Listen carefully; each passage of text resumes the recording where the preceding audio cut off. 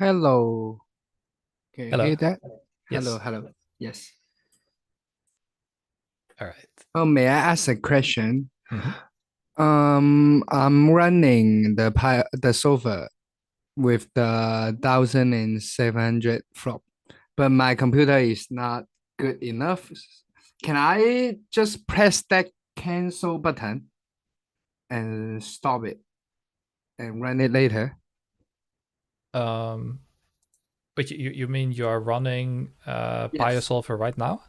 Yes. So 1 second, let me share my screen so you Okay. can see my screen. So are you um does it look like this? Do you have the job Yeah, queue? yeah, Are yeah, you yeah. running I'm these? running this. Yes, Yeah, yes. okay. So what you can do is click advanced and then you do a board calculation without saving. And then Okay. later, when you resume, it will start the sim that it is currently solving. It will start it from scratch again. What you can also Okay. do is abort and save, but then it will not be accurate yet, and it will not resume the same tree until full accuracy. So you will have a bad sim. So I always do it Okay. without saving so that it starts again. Okay. Okay. Done. Thank you. All right. Okay. Okay. Can you see the screen? Okay. Can you read the text? Yes, yes. Okay. It's clear. All right. Okay, so yeah, like I said, I'm making a recording of the coaching. I will upload it to this Google Drive folder. If we ever need to share some other files or whatever, if you need to send something to me, we can also put it in this folder. Okay. And I've pinned the folder as a message on Discord, so Yes. um, you can always find the link there. Okay. Um, all right, so yeah, then to get started, you mentioned that you do fine against the weaker players in your game, but it's the strong players that give you trouble, right? Yes. Yeah, and so in order to beat the we can either focus on trying to win even more money against the weak players, but the problem is of course that that will never help you beat the stronger players. Yeah. Uh, or we can focus more on doing better against the stronger players, because even if you cannot beat them, but you simply lose less to them, that's the same thing as winning more from the weaker players, right? All you need to do is beat the rake at the table. So if you win more Yeah. money from the weak players and that you lose to the strong players and the rake, then you should be fine. Okay.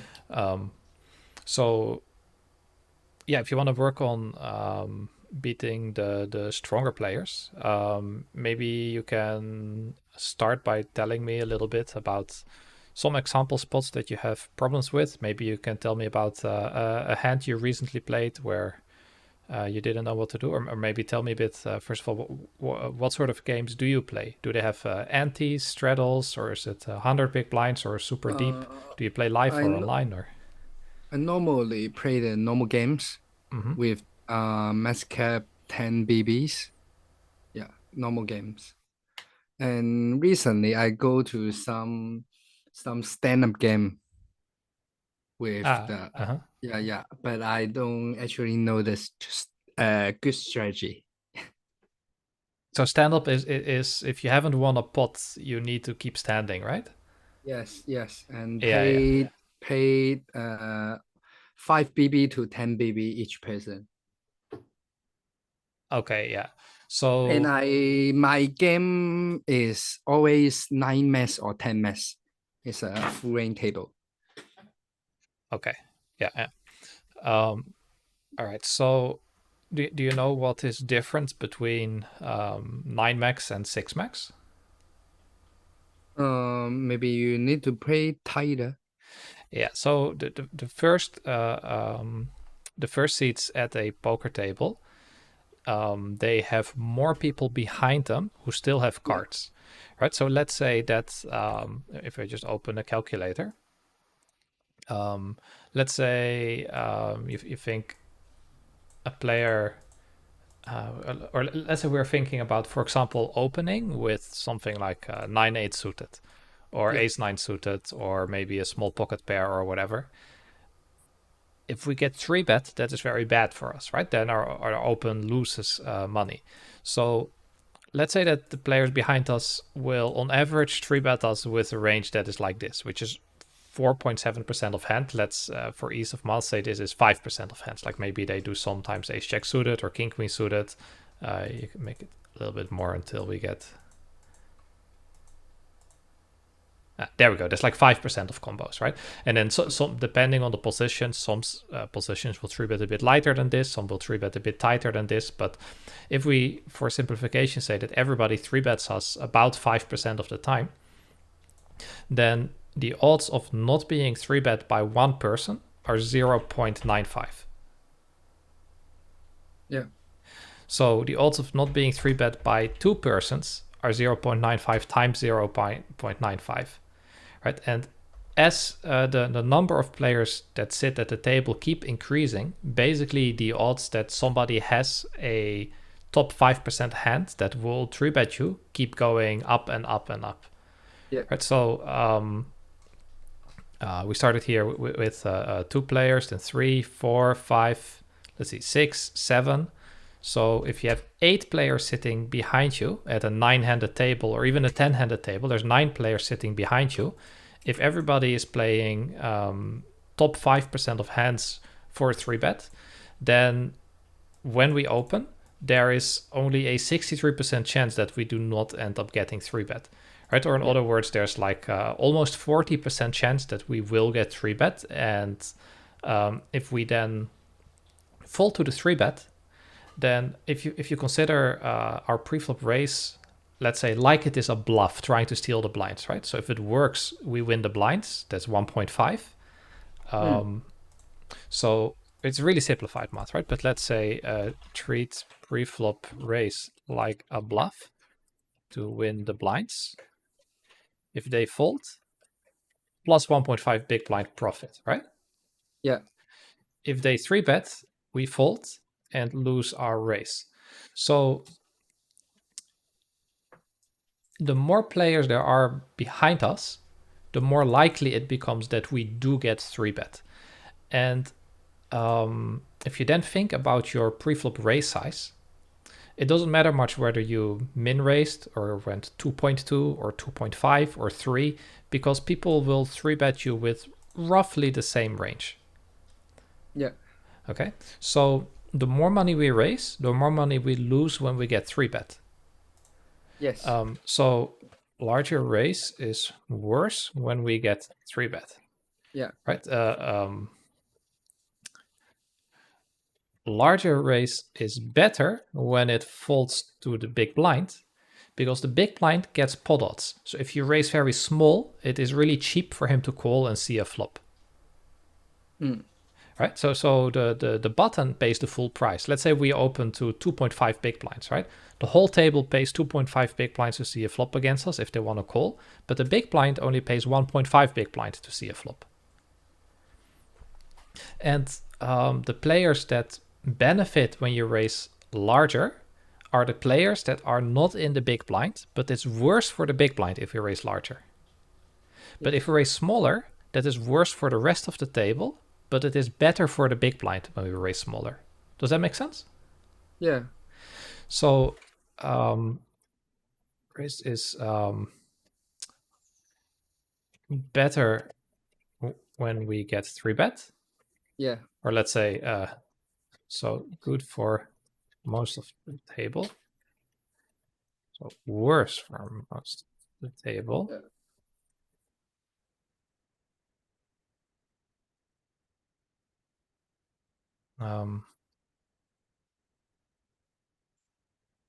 Wait, let's say or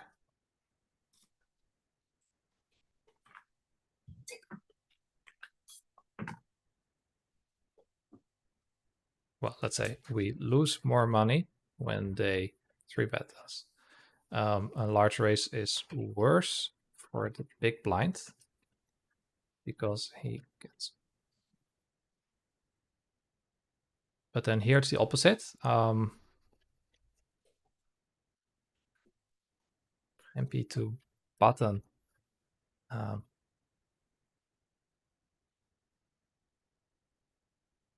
Smaller raise is better for a big blind.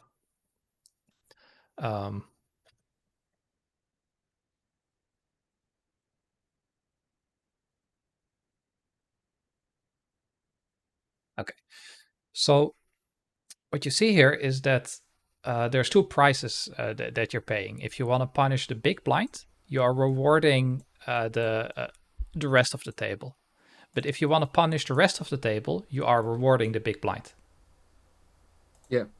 Right. Okay. So with preflop raise sizes, the more people there are still in the hand left to act behind you, the smaller a percentage of your opponents is in the big blind. Does that make sense? Yes. So if we say we open cutoff, there is one player with position on us and one big blind. So 1-to-1 ratio. Say we open MP, there are two players. This is in 6-max, right?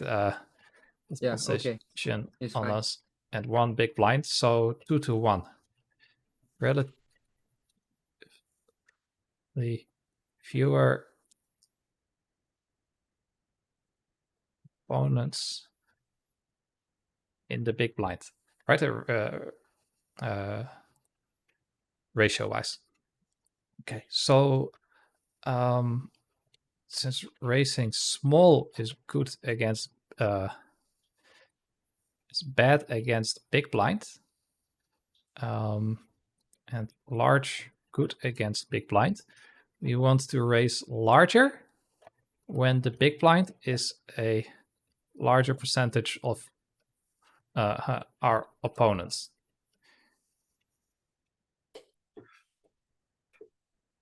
Does that make sense? Yeah. So in the LP, maybe raise bigger. Yeah. So like from the button, for example, you could open 2.5 big blinds. Yeah. If there's no antis, right? No antis, no straddles. Then from the Yeah. button, you could open 2.5. But Yep. typically from the cutoff middle position and under the gun, you might open, let's say, 2.2 or 2.25, something like that. So if there's even more players behind you, like at a 9 or a 10-handed table, you maybe want to open 2.1 or even a min raise from the earlier position. Okay, so then pre-flop, there's also another important concept for determining whether it is good or bad to open a light hand. So if we think about, let me open a preflop sim in PioSolver, and these preflop sims are very old, so I'm not recommending that you actually play these ranges, but it is just to show a concept. Okay. So let's see, what is this? No, that's heads up.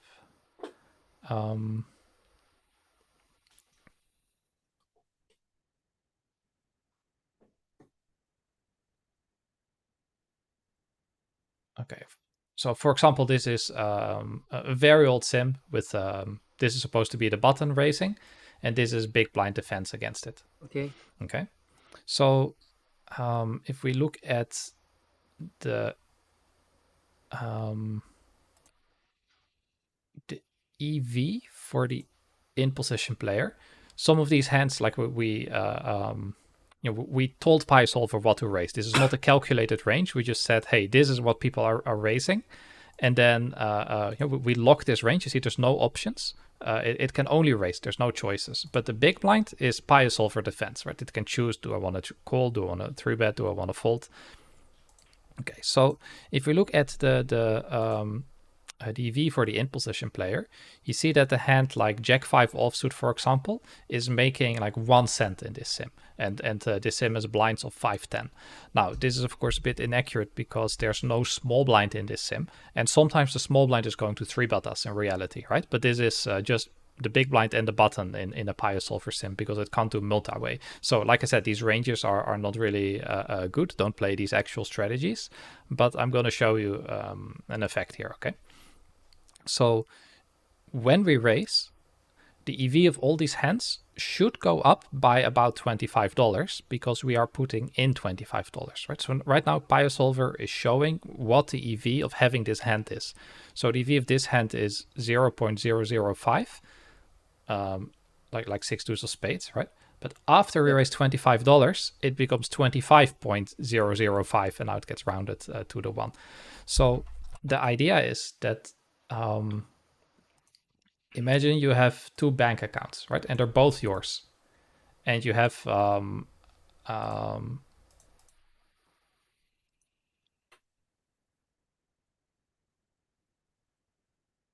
let's say you have some amount of money in here and you have some amount of money in here. Okay, and there's no transfer fees. So both accounts are yours. And let's say that here you have, let's say, 750 and here you have 250, right? That means that total you have $1,000, or let's say, Yeah. right?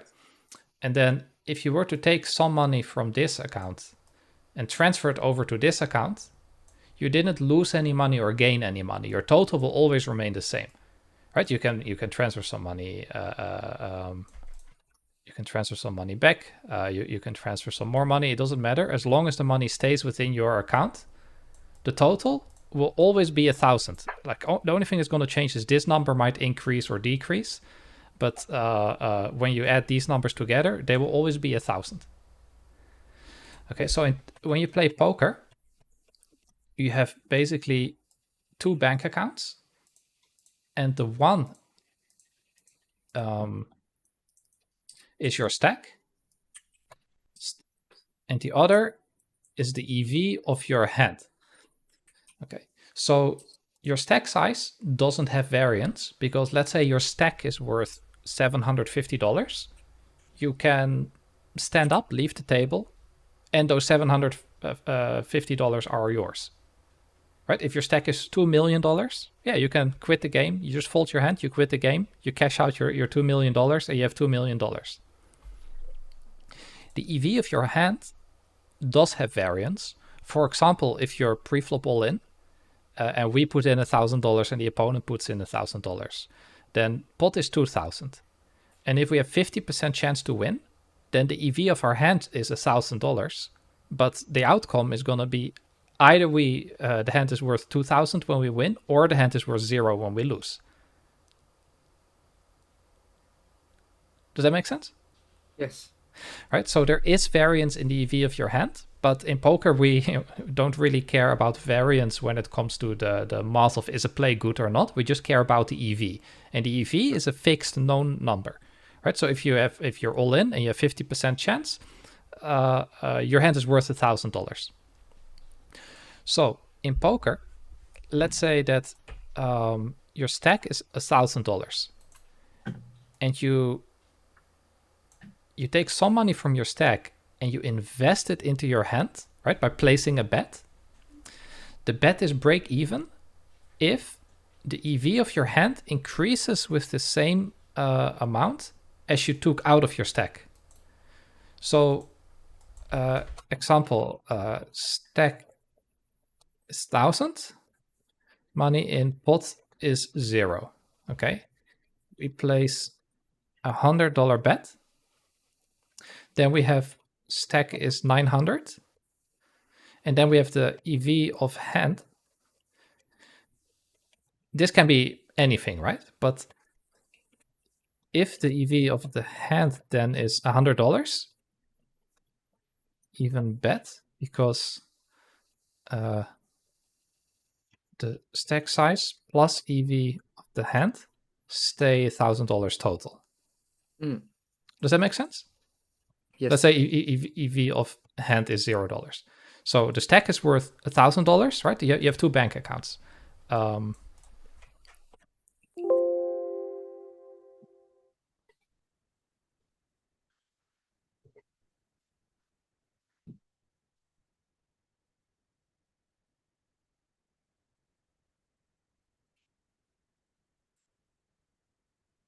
You can take $100 out of your stack and invest it into your hand, but the EV of the hand goes up by 150, then the bet was not 0 EV, but plus $50 EV. Does that make sense?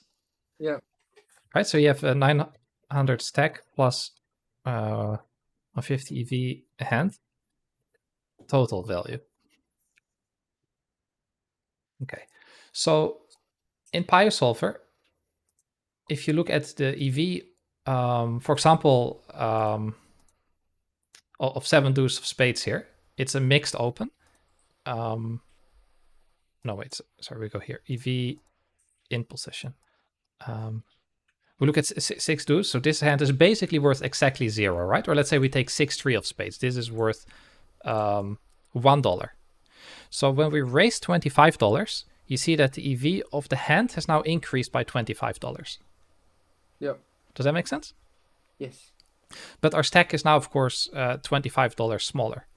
So you see here, for example, if we raise $25, the EV of, let's say, pocket tens is now $55. So we invested $25, but now the hand is worth $55, which means that we profited $30 by raising with this hand. Does that make sense? Yes. All right. So now let's think about what happens when our opponent, our opponent has 3 options. He can 3-bet, he can call, or he can fold. So let's say that we have a hand that has to fold to the 3-bet, like 6 deuce suited, right? That folds to a 3-bet. What is our EV when we face the 3-bet? Can you repeat one? Yeah, so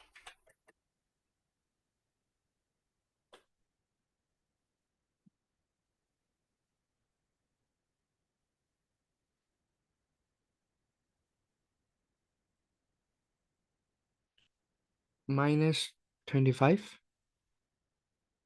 well, so think about the 2 bank accounts, right? So you have 2 bank accounts, your stack, and after you've raised, your stack is 975, right? Mm.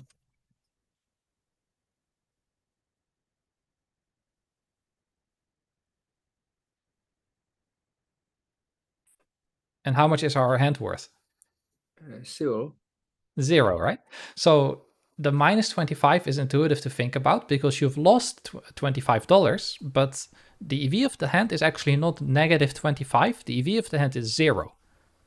But you've lost the money from your stack, right? So you've invested money into your hand, and your hand is now worth 0, right? So that's like, let's say, buying a lottery ticket for $25 and you win no prize with it. So the money is gone. Does that make sense? Well, Okay. So if we think about, right, after we raised, the EV of our 6 deuce of spades is 25. When we face the 3-bet, this EV becomes 0. Okay.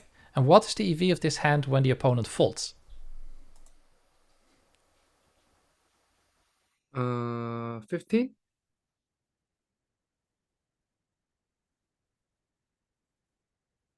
Well, so we have our stack is 975.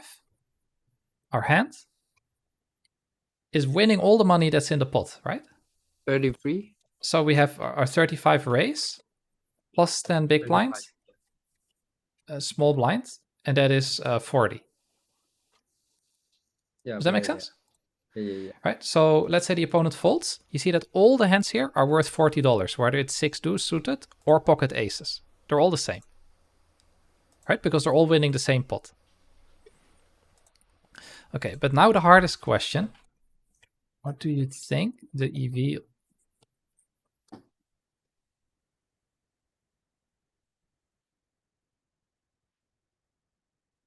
Raise, getting cold. Yeah, so we raise on the button, and then we get called by the big blind. Then how much money is this 7-6 suited worth, right? So we still have... Our stack is still worth this. But what will our hand be worth? 20?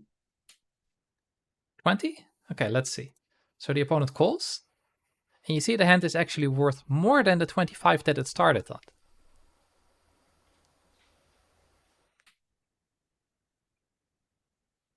Right? It's worth 26. 25 and 25, 55. Oh, yeah, yeah, yeah.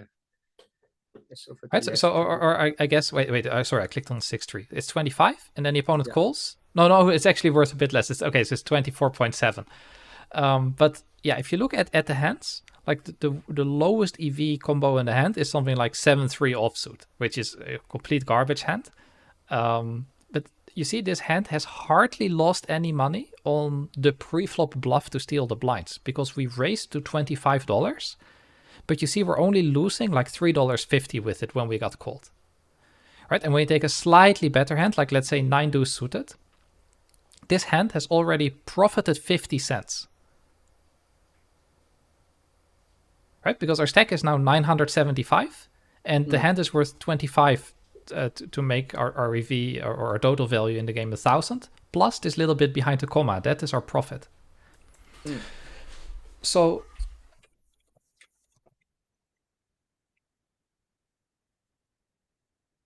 Yeah, I'm just counting one.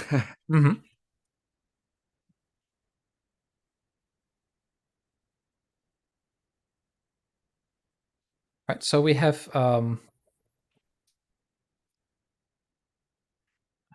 fold is 40, which is plus 15 compared to the 25 raise, right? And then we had call, and it is roughly 25, break even. And then we had the 3-bet, and the EV was 0, which is a minus $25 loss. And then that is for really weak hands, right? Like 6 deuce suited, 9 deuce suited. If you look at some hands like, let's say, 10-8 offsuit, right? A combo like this, after raising, the EV is 27.8. And then when we get called, it actually profits. It goes from 27.8 to 29. Right, so a hand like 9-7 suited, we raise, the hand is worth $29, but when the opponent calls, the hand becomes $31. So in a way, we are running over EV when our preflop bluff gets called. Right, so normally if you think about bluffing, if your bluff gets called, that's not good, right? It's good if your value bet gets called, but if your bluff gets called, you lose money. Even when you're semi-bluffing, you'd rather see the fold than a call. But pre-flop, you have a really high EV when the opponent defends with a call. Because the flop, it brings... there's two things going on. First of all, we are the pre-flop raiser, so we have lots of strong hands in our range that the opponent does not have. Right? Like we have pocket aces, we have ace-king, and if the opponent had them, he would probably have re-raised us pre-flop. So we have a range advantage going to the flop. Yes. Second thing is we are in position, which is also great for EV. Yes. Right? And then on top of that, if we are behind pre-flop, the more behind you are, the more cards you want to see. So when we have a weaker hand, and suddenly we get to see 3 cards immediately on the flop when we are behind, that is 3 chances for us to hit and catch up to the opponent. Yeah. Right? So the more behind you are, the more cards you want to see, and the flop immediately brings 3 cards. So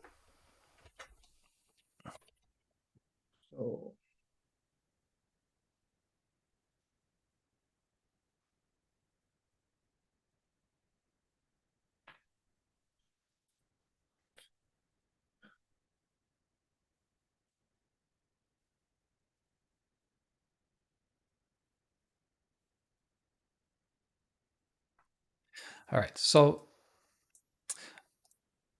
if you are thinking about the things that reward you for a light open and the things that punish you for a light open, you see that 3-bets are the only thing at the table that punish your light opens. Yeah. Right? You don't really care about getting called, and you love getting folds. Getting folds is great. So if the table is really tight, that's good to play looser on. But also, if the table is passive, you get called more, you get 3-bet less. It's a 3-bet that you invest $25, and as long as you don't get 3-bet, your hand is either worth the $25 or even more.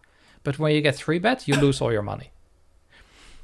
So if you're thinking about a 9-handed game, there are even more opponents behind you than when you are on the button.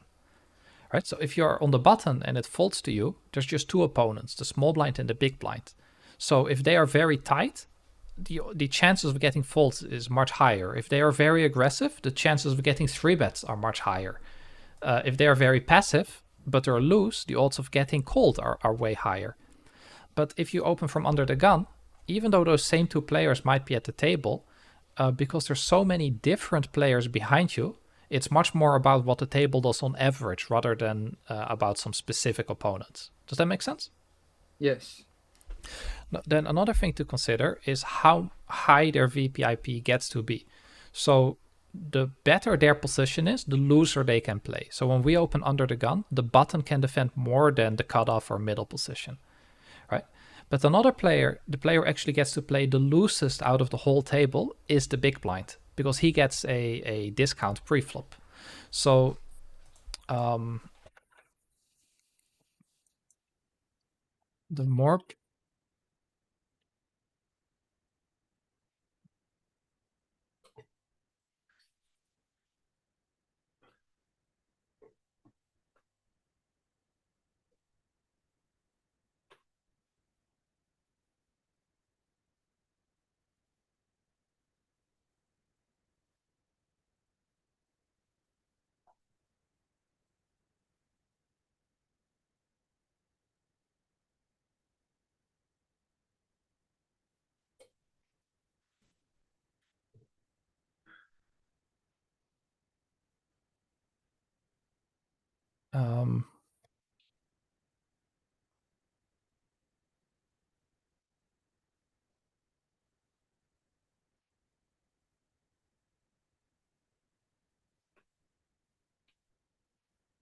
Tendencies.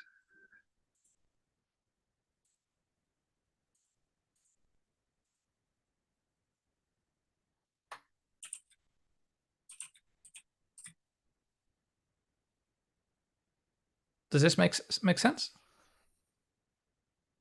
I can play loose. Then I see.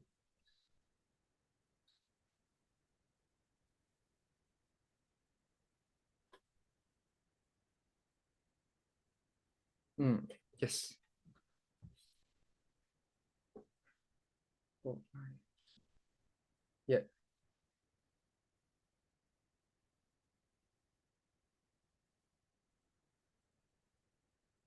Fold more.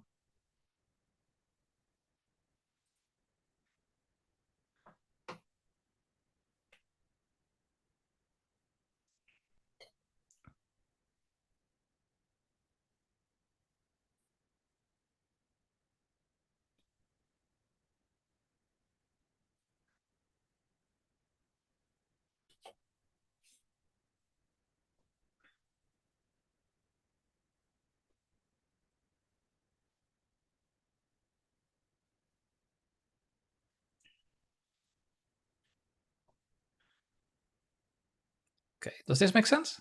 Yes. So, yeah, from earlier position, the earlier you are, the smaller you typically want to raise, because the player that you reward by going smaller is the big blind, but the big blind is a smaller percentage of your opponent when you're really early position. And then also you want to deviate your range a little bit based on how likely you think it is that you are getting 3-bet. And in games with stronger players, you are far more likely to get 3-bet than in games with weaker players, because weaker players, they tend to just want to go to a flop. They might play very loose, like let's say you open under the gun and maybe they call on the button with king 10 offsuit, right? Or let's say you open under the gun and they are middle position and they call with pocket fives because they want to try to hit the set, right? That's like a little bit loose passive play. That is fine for you.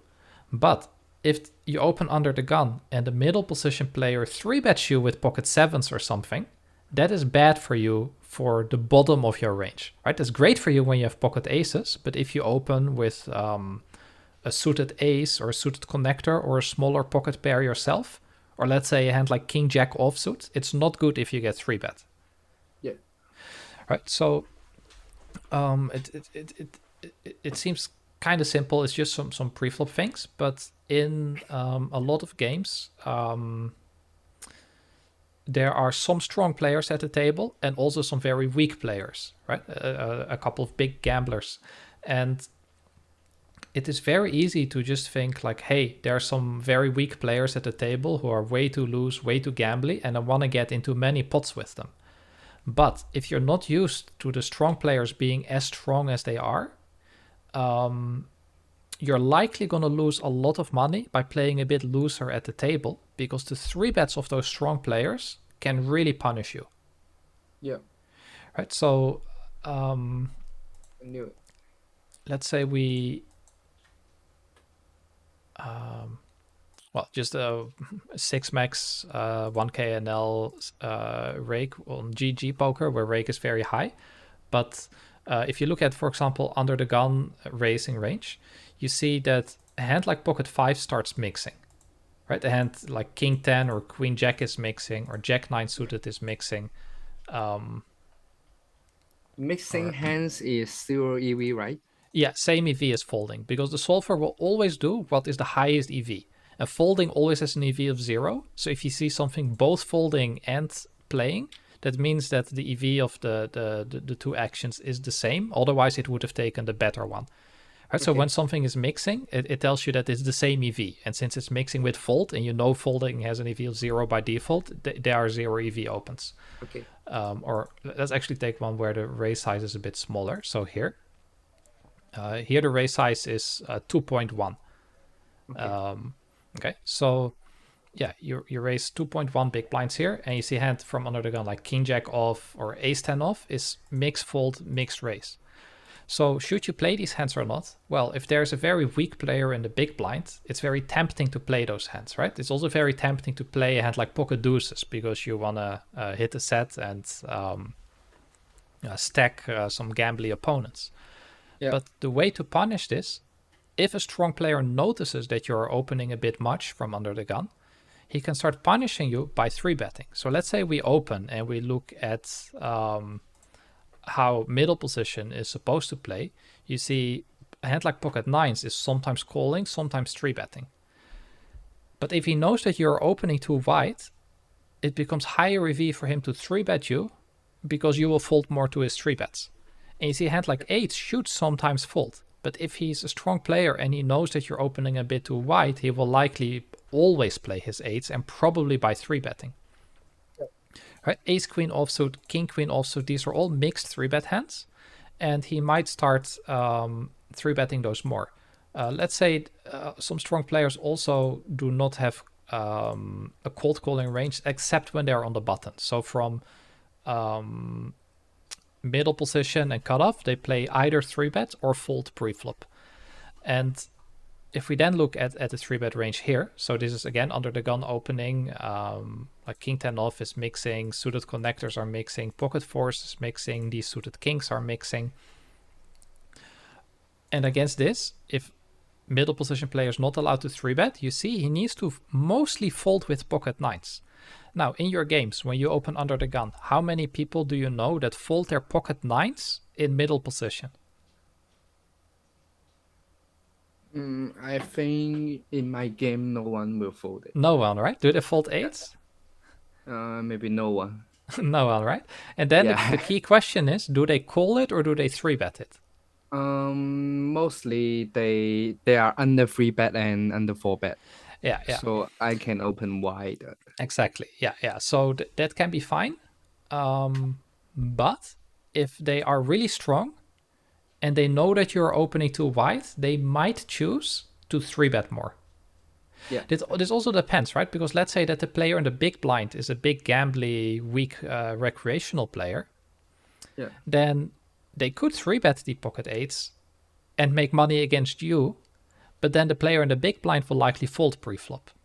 But they can also, instead of punishing you, they can try to punish the player in the big blind by calling the pocket eights and hoping he comes along with some bad hand, and then they can try to stack him with the set.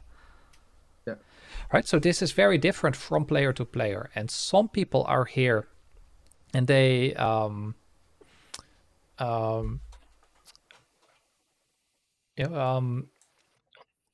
a strong player. Do you play video games? Yeah. Do you play shooters or strategy Yes. game? Yeah. So you probably have a sniper class, right? In your video game that you play, there's like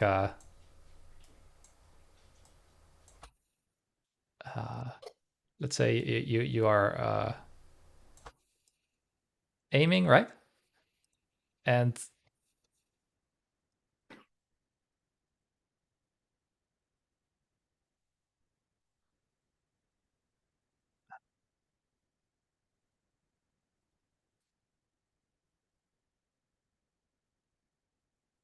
okay, so you're aiming with your sniper rifle, and now there's two targets. There's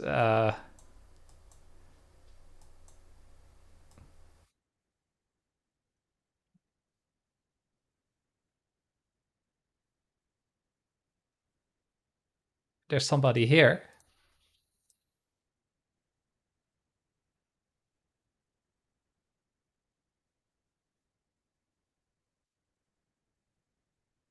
but also somebody here.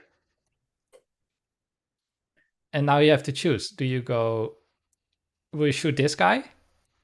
Or will you shoot this guy?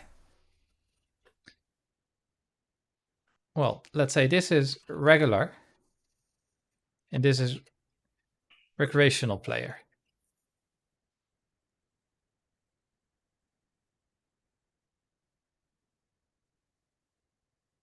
Most people will try to go for the recreational player. Yes. So when you open under the gun and they have pocket eights in middle position, they can either 3-bet you and then they're shooting you, or they can call, and that is worse for the recreational player in the big blind. And this choice, do you go after the regular or do you go after the recreational player, has a lot of consequences that people are generally not aware of. So, for example, when this player is in middle position, what is better for him? That we raise pocket fours pre-flop or that we fold? You mean I'm the shooter? Well, let's say we are under the gun, but we're thinking what is better for middle position.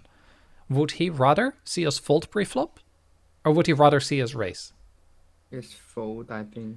Yeah, typically fold, right? Because when he folds, you see now the hijack, he gets to play 25% of his hands, right? So he can, for example, try to play king 5 suited and play a pot against the weak player in the big blind.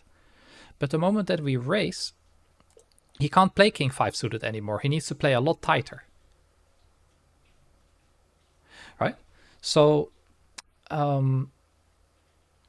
sure, when he has pocket aces, that's good for him when we raise. But in general, it's better for him when we fold pre, because then he gets to play more hands.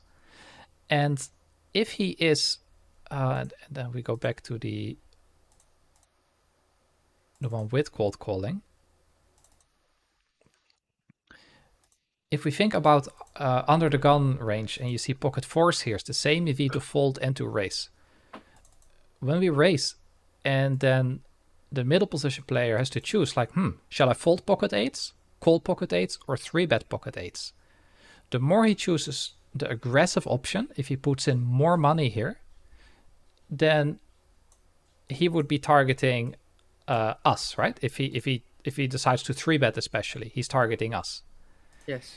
If he's targeting us, and we think back to our decision here, if we know we're being targeted by regular, we should fold pocket fours. And when we are folding pocket fours, then the action is on him, and now he gets to make money with his king 5 suited, his king 7 suited, his ace 10 offsuit, all his suited connectors. if he chooses when we raise to not punish us, but to aim for the recreational player, then we are not in danger. Right? There is a sniper, but the sniper is distracted by the recreational player, so we can walk around without having to worry about being shot. And when that is the case, then we can open all of our pocket fours, our pocket threes. Because if the hijack has a hand like pocket nines, we don't have to worry about getting 3-bet. He will call. If he has king queen suited, ace queen suited, we don't have to worry about being 3-bet. He will call, trying to play with the player in the big blind or wherever the weak player at the table is sitting. Does that make sense? Yeah. Yes. So every player intuitively, most people do not think too much about this too deeply, but they have a preference. Some people will always aim for the regular, and some people will always aim for the recreational player. So if you see them in any sort of situation where they had the choice, you see them choose either the regular or the recreational player, you can use that for read building. You get a read on the player that he likes to target the regular or the recreational player. Most people...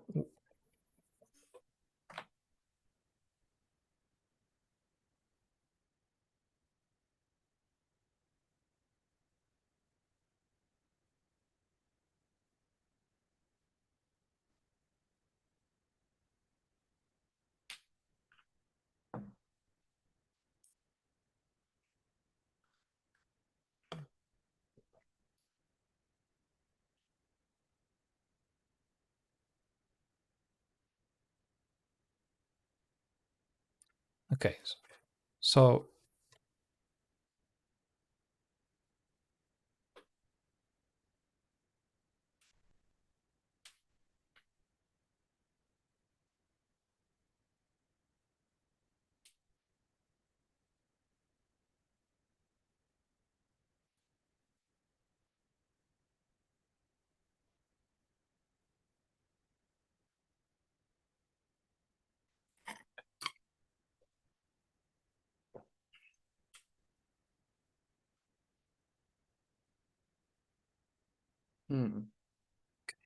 So this is very important. You can take a simple note, online note-taking example.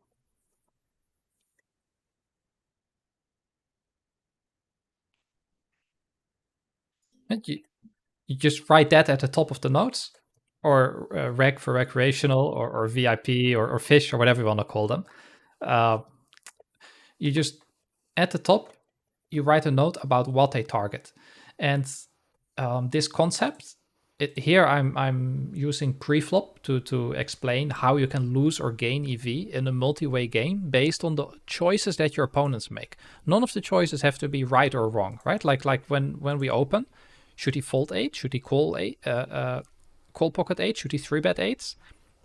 Yeah, that's a personal choice that they're making, but according to the solver, it's all about 0 EV, so it doesn't matter too much.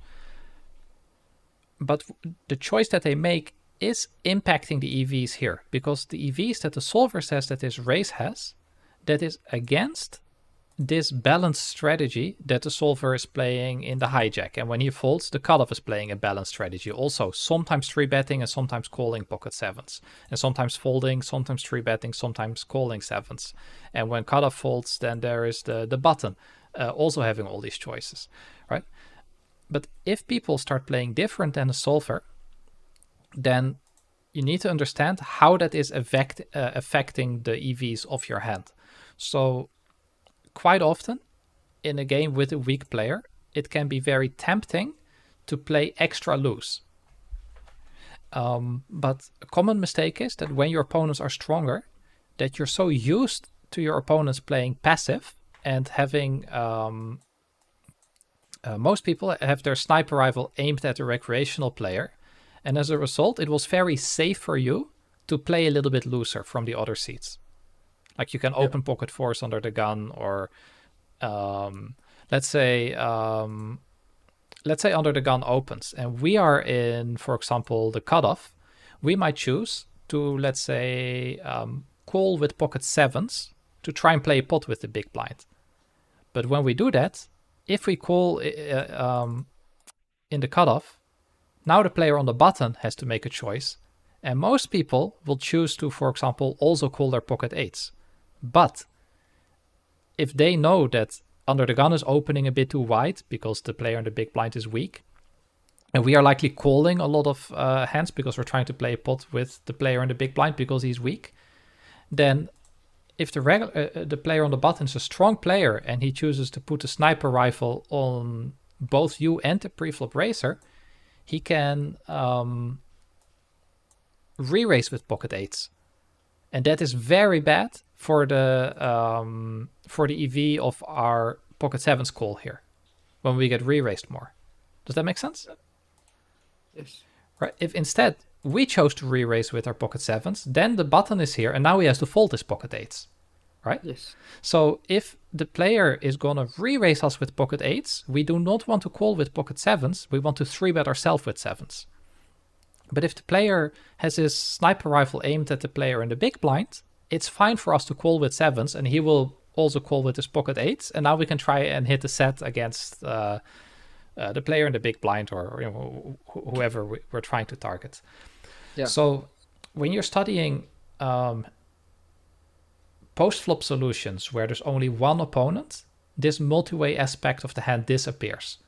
But for pre-flop decisions or multi-way post-flop decisions, there's always this thought process: who are my opponents targeting?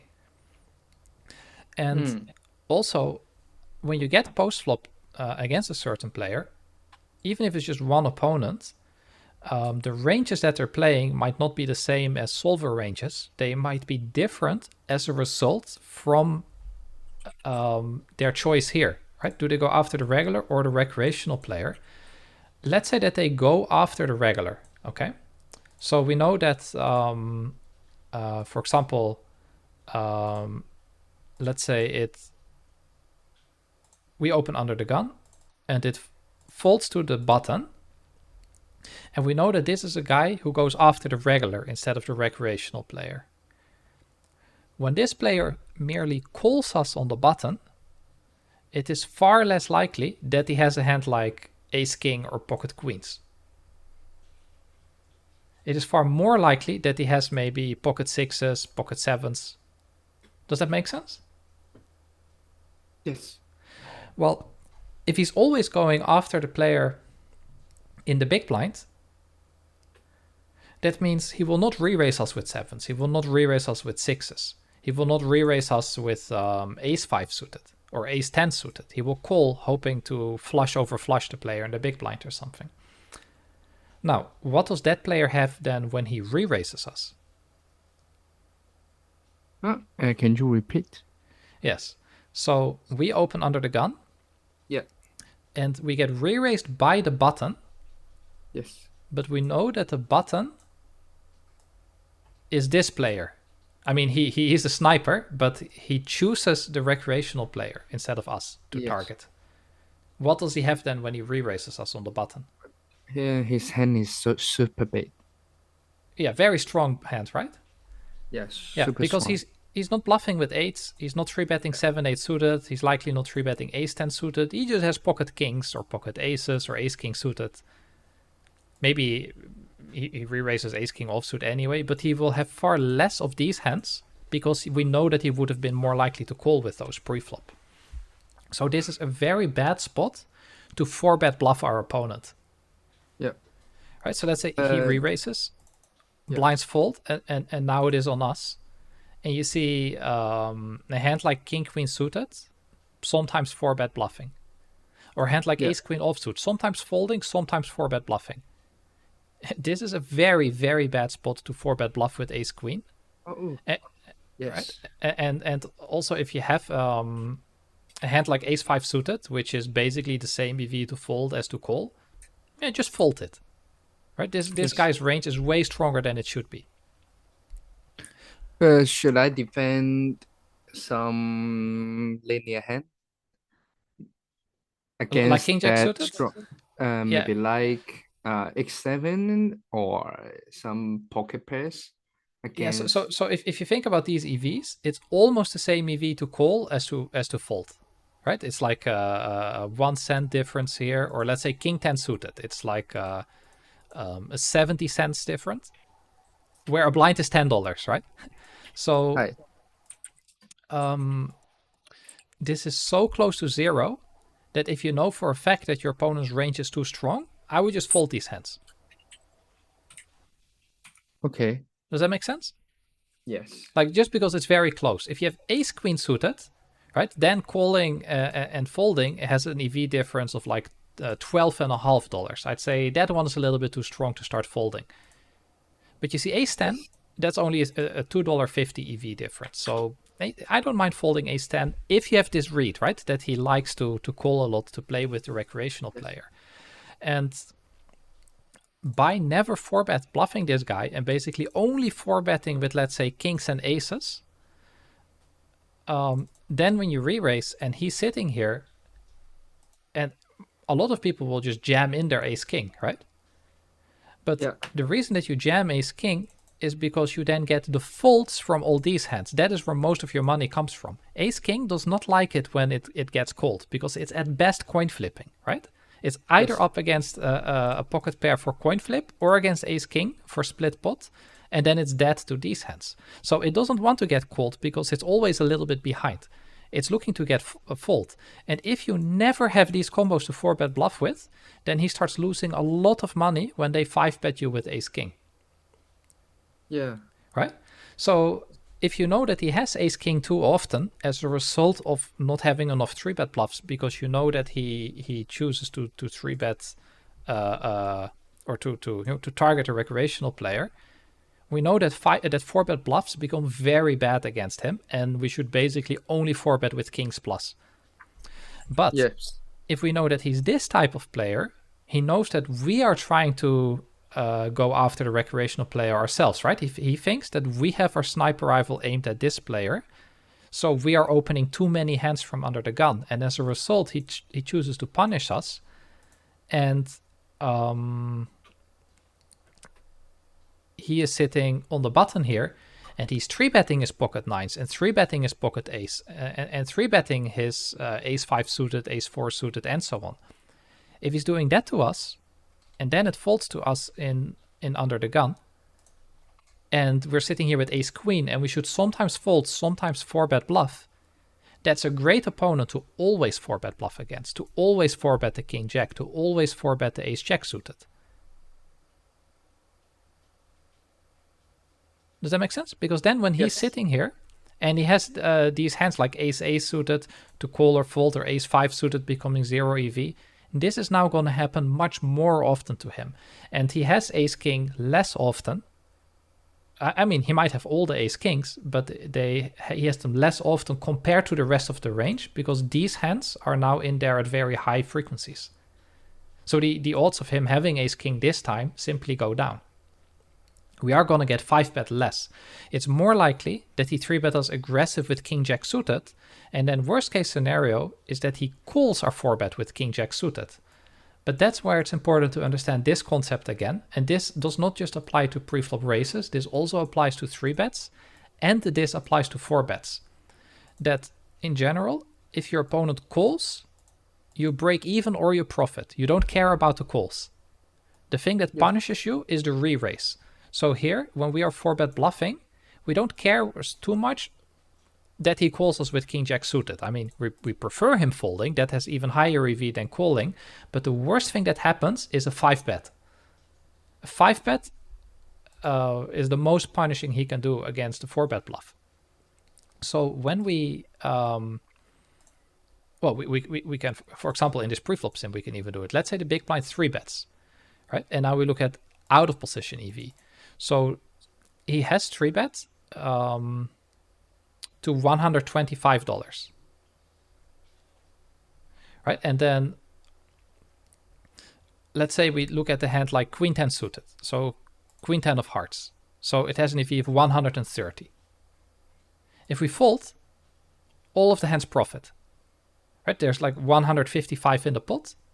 His 3-bet are raise and the dead money from the small blind. So he's put in 125, but then we fold and his hand is worth 155. So that's great when we fold. When we 4-bet him, the hand basically becomes 0 EV. So here it says, yeah, you can make a profitable call and the call will have an EV of $6. But remember that you paid $125 and now the hand is only worth 6. So that means you've actually lost $119 by facing the 4-bet. Does that make sense? It's very bad to face the 4-bet. It's basically 0. It doesn't matter whether you have to fold it or that you can make a call that is making you 30 cents or a call that makes you $6. Because you invested $125. If you're not winning back $125, all that money is gone. Right? So queens, it invested $125 and it's making back $218. That's a good deal. Jacks, you see, is already not happy to get 4-bet. It invested $125 and now it's worth $110. So this one is losing $15 when it faces the 4-bet. But these hands hate getting 4-bet because here, look at this. EV difference between queens and tens, or sorry, between pocket jacks and queen 10 suited is not that large, right? It's 129 and 174. But when you face the 4-bet, the difference is very, very big. But then, what about when we call his 3-bet? Well, let's see. We call, and hey, this hand hardly lost any money, right? So it 3-bet to 125. The bluff failed because it got called, and its EV is still almost this 125 that he 3-bet pre-flop. Yeah. Does that make sense? So this is a very common concept in poker, that calling, if you get called, is roughly break even. Yes.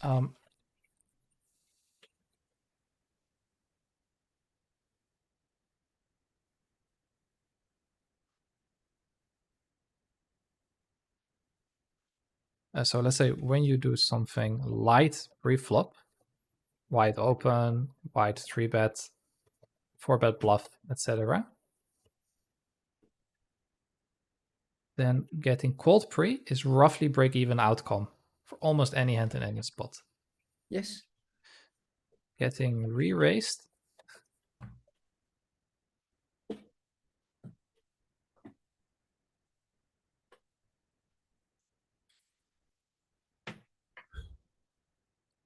so when we 4-bet bluff with ace queen and we get called by king jack suited or by 7-8 suited or by pocket eights, we don't really care. We broke even on our attempt to 4-bet bluff him. Right, so to go back to this, we have a borderline hand. No, wait, where did I type the question? Did I type it here? No, I typed it in the document.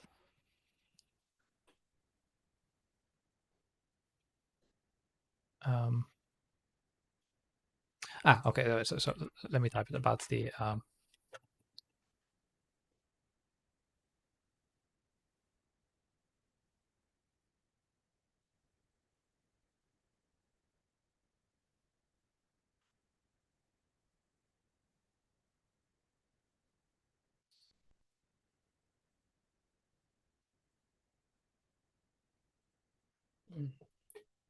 Should be fold.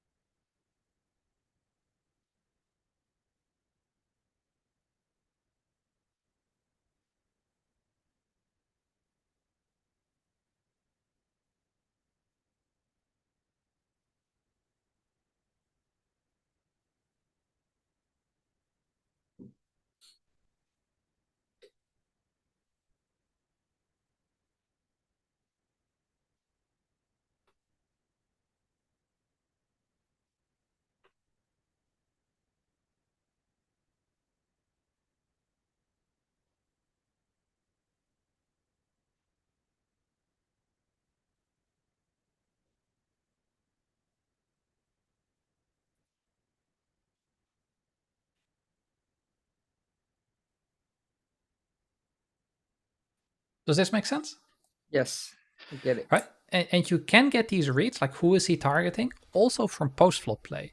For example, let's say we make a continuation bet from under the gun, and he has a set. If he raises, then he is making it hard for the player in the big blind to continue. But if he checks, if he slow plays, he's letting the big blind come along, right? Yes. Different example. Let's say we check to him, right? Yes. We can get this sniping read from post flop hands. Example.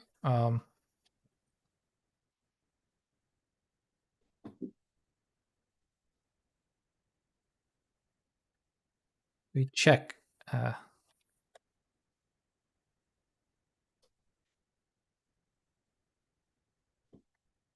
Let's say 10-8 deuce two-tone. That's what the S means for suited. So like R is rainbow and this is two-tone. Yes. Okay. I know. So we check to the button, and we could be checking over pairs, right? We could. And if he is sitting there and he has a hand like, let's say, king 10 suited. Now what he could do is bet it, which if the big blind is a calling station, him value betting king 10 is very bad for the big blind. Right? Yes.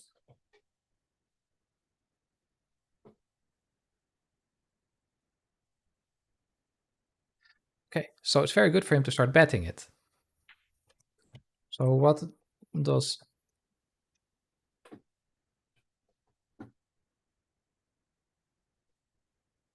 this, right?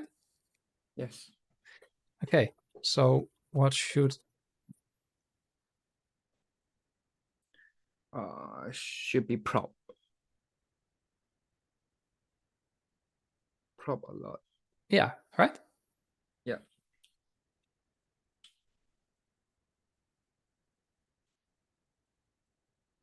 But now ask yourself this.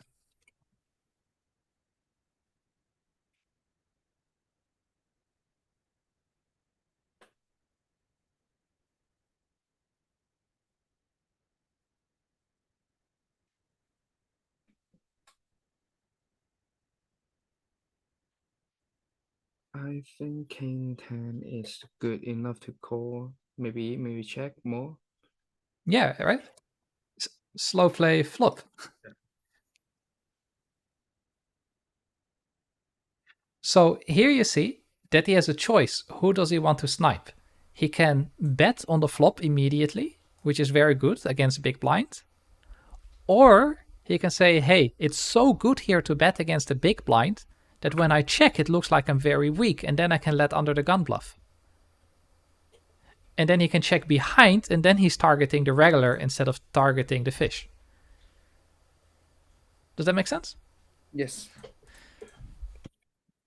Similar example, but now we are button.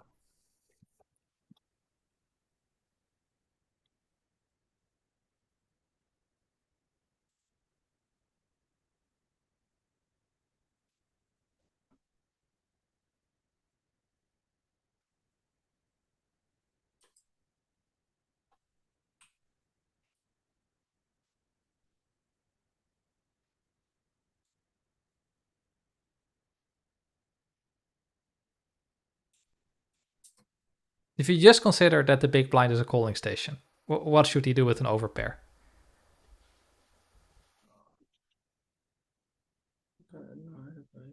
Probably call, but plays calls. Be right.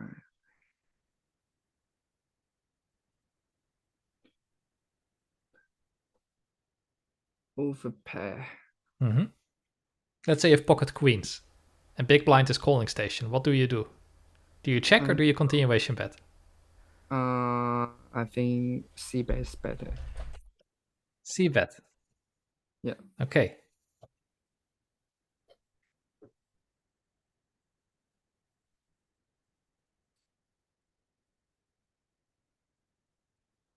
Should be stabbed a lot.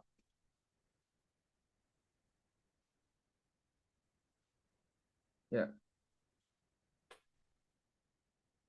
But then you get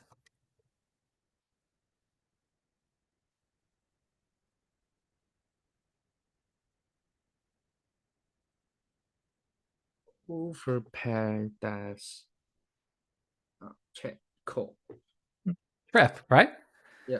Right. So you see that against the big blind calling station, it's very intuitive to want to, you get greedy. It's like instead of thinking deeper about the hand, you think about what is right in front of your eyes. You see your queens, you're like, oh, I want to win a big pot. Oh, there's a calling station. Let's start betting.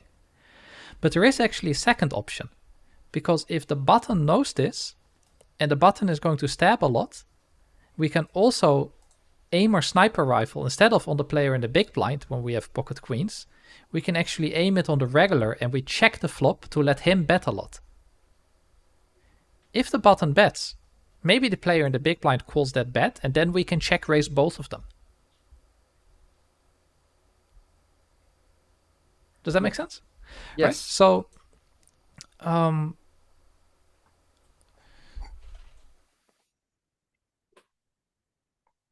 so it's always very important to know who is the opponent sniping. Most people have a preference. They will, if you saw them snipe the regular once, they likely do this very often. If you saw them snipe the recreational instead by just playing, let's say, more straightforward, um,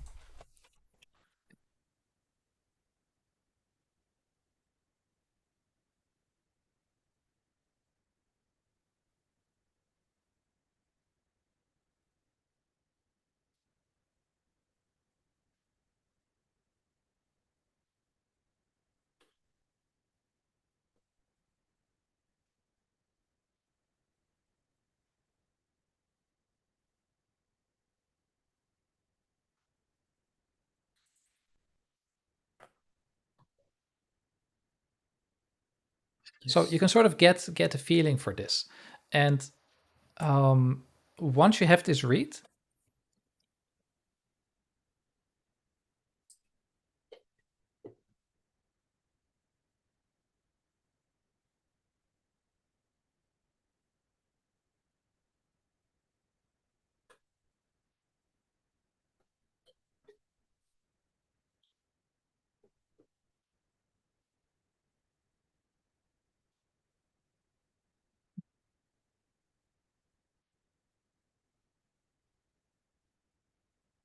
right? Like no read is 100% accurate, right? No read. Yeah. Yeah. But this is one of the more accurate reads in poker because most people are not sensitive to this. They don't think about this. Now, a Yes. very, very strong player might be thinking about this and also try to notice whether you are adjusting to what he is doing. Right, so maybe, for example, he could first target a recreational player by making a continuation bet with pocket queens. But then after the showdown, he also knows that you saw him continuation bet pocket queen. So maybe the next time he traps because he's assuming that you will adjust or something like that, right? It is nothing is 100% accurate, and especially when players are very strong and they are aware of this, this can get trickier. But most of the people who you would consider strong in your games, I think, will be blind to this concept. And Yes. yeah, quite often you have some rough idea about what's okay to do with your hand, right? So you're sitting under the gun. Yeah, do you open a suited connector or not? Well, you know it's roughly break even, right? You have a sense for it. So post flop is similar. A lot of times things feel close, and if you play against weaker opponents, this is the most likely thing to happen, and that means that they're playing straightforward. So when people take a line that looks like their hand is weak, usually their hand is weak. If they take a line that looks like their hand is strong, then their hand probably is strong. Yes. Right? So let's also say trapping, bluffing. So what you could also do, for example, on that 10-8 deuce board, a lot of people would not bluff. But if you do bluff, you look really strong to the regular because he's assuming that you would not bluff with the recreational player in the hand, right? Yes. So um, Yeah, I think this is like the starting step in your games. If you are playing against stronger opponents, a very easy thing for you to go wrong is to miss it when they are trying to snipe you instead of trying to snipe the recreational. That's a very deadly weapon to switch the target, because if you're expecting them to fire here, but actually it is you who they're pointing their gun at, then you're in great danger. Right, and then Yes. you might do things that look reasonable, like you open 5-6 suited under the gun, you see bet for value when you hit whatever, and everything looks reasonable, and you just cannot beat the game. Why? Well, you're being targeted by a strong player. Yes. Once you know that he is doing this, you can play tighter pre-flop because you know he's going to 3-bet you too much. When he does 3-bet you, you can start 4-bet bluffing him. When the flop is 10-8 deuce and you have pocket queens, do not make the continuation bet, because you're going to get attacked by the player on the button anyway, and then you can fight back. Right? So you need to become more tricky, basically. Yep. But it all starts with building this read. So there's of course many nuances, like exact board textures, what bet size should you use. Poker is a very technical and mathematical game, but whenever a situation is multi-way, which comes up very often because all of pre-flop is multi-way, unless it's blind versus blind or heads-up poker, pre-flop is multi-way, right? And Yep. post-flop in a game that has that has weak players in it, you also go multi-way to the flop quite often, and those Yes. spots are harder to let's say you open and you play a hand against let's say you open button and a professional player defends in the big blind, and you two play a hand, and afterwards you might check the hand with Pio Solver to see if you played okay or whatever, right? That's Yep. fine. But when you open under the gun and he defends on the button, the range that he will have post flop is not a range that you have in the Pio Solver sim, Yes. because he's adjusting to the rest of the table. You might have more pocket pairs or less pocket pairs than Pio Solver. You might have more suited connectors or less. His 3-bet range might be very strong or very loose. Right there's many things that go in there, and also when you play a 3-way hand, it's harder to sim it because it takes way longer to run a multi-way sim. And also multi-way people play very different from the solver anyway. So whatever you see in the solver is not really practical information. But Yes. if you want to have a thought process that you can follow yourself and that you can implement, ask yourself this question. Where does he have his sniper rifle aimed? Right? Does he aim for the regular or the recreational player? Try to obtain that information for all your opponents at the table. And based on that, you make use of this thing where you think about the EV of your hand. And it's partially in the document here and partially in the paint. But be aware of this concept that getting called is roughly break even. It is the re-raises that punish you, be it 3-bets pre-flop or 4-bets pre-flop or 5-bets pre-flop. So if you feel that they are targeting the recreational player, you get to play loser. But when they are Yes. not, they start 3-betting you more aggressively, and then it's very important to recognize that all these hands here that are mixed opens, they become negative EV. So when we look at wait, what did I do? Oh, I just scrolled. Okay. If we go in PySolver and just paste the range I just took, so all the hands that are mixed are 0 EV opens in theory. So if we know that somebody is targeting us, all these hands might lose like a big blind when you raise them.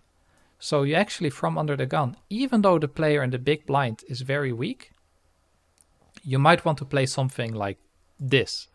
And this is 6 max under the gun, not even 9-handed or 10-handed, right?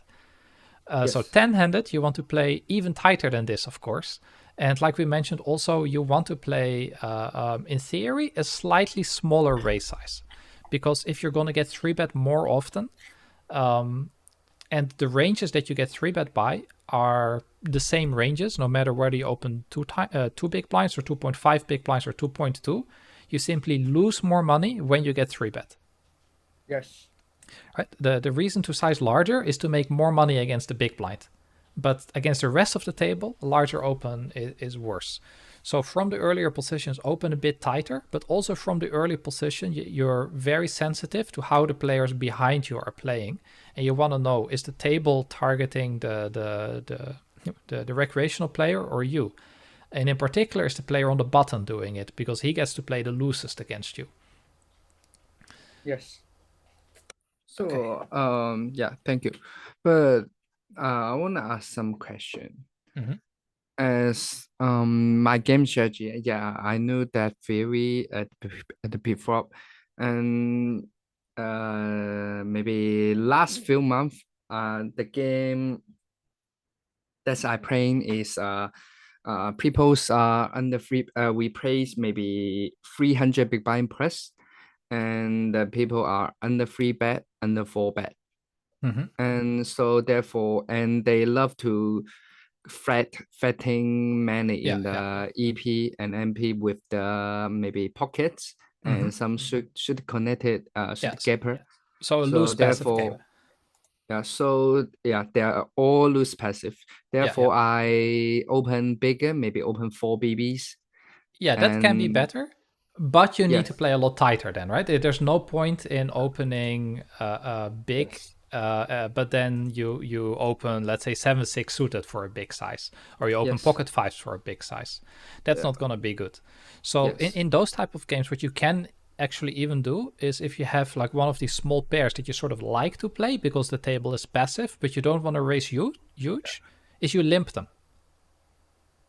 yes, When you limp, you're not a crazy loose player, right? Then when you limp from under the gun in a 10-handed game, people will be slightly worried that you're gonna limp raise them, yeah, right? yeah. And Recently, then you get away with if somebody raises to like 6 big blinds and everybody folds, you just fold as well. Nothing wrong with that. But if somebody raises 6 big blinds and he gets 3 callers, then you can also call and yes, go to the flop, right? So okay, there's another concept then that when you're comparing these hands, some hands have or they get their EVs from different things. And the hand like King Jack offsuit or King Jack offsuit gets their EV from having blockers to the 3-bet range. yes, So 7-6 suited is a better hand than King 10 suit, King 10 offsuit, except when you have King 10 offsuit, you're gonna get 3-bet less often. And we saw in the math example in the beginning that getting 3-bet is the worst thing that can happen to you. You don't care about getting called so much. yeah, When you get called, you rather have 7-6 than King 10. But King 10 gets called more often, while when you have 7-6, you get 3-bet more often. And that's sort of the trade-off that these hands have. yes, I know it. But if you're not getting 3-bet anyway, this hand loses its magic because it's not important to block the 3-bet range when you're not getting 3-bet anyway. I mean, I guess it's still a little bit important.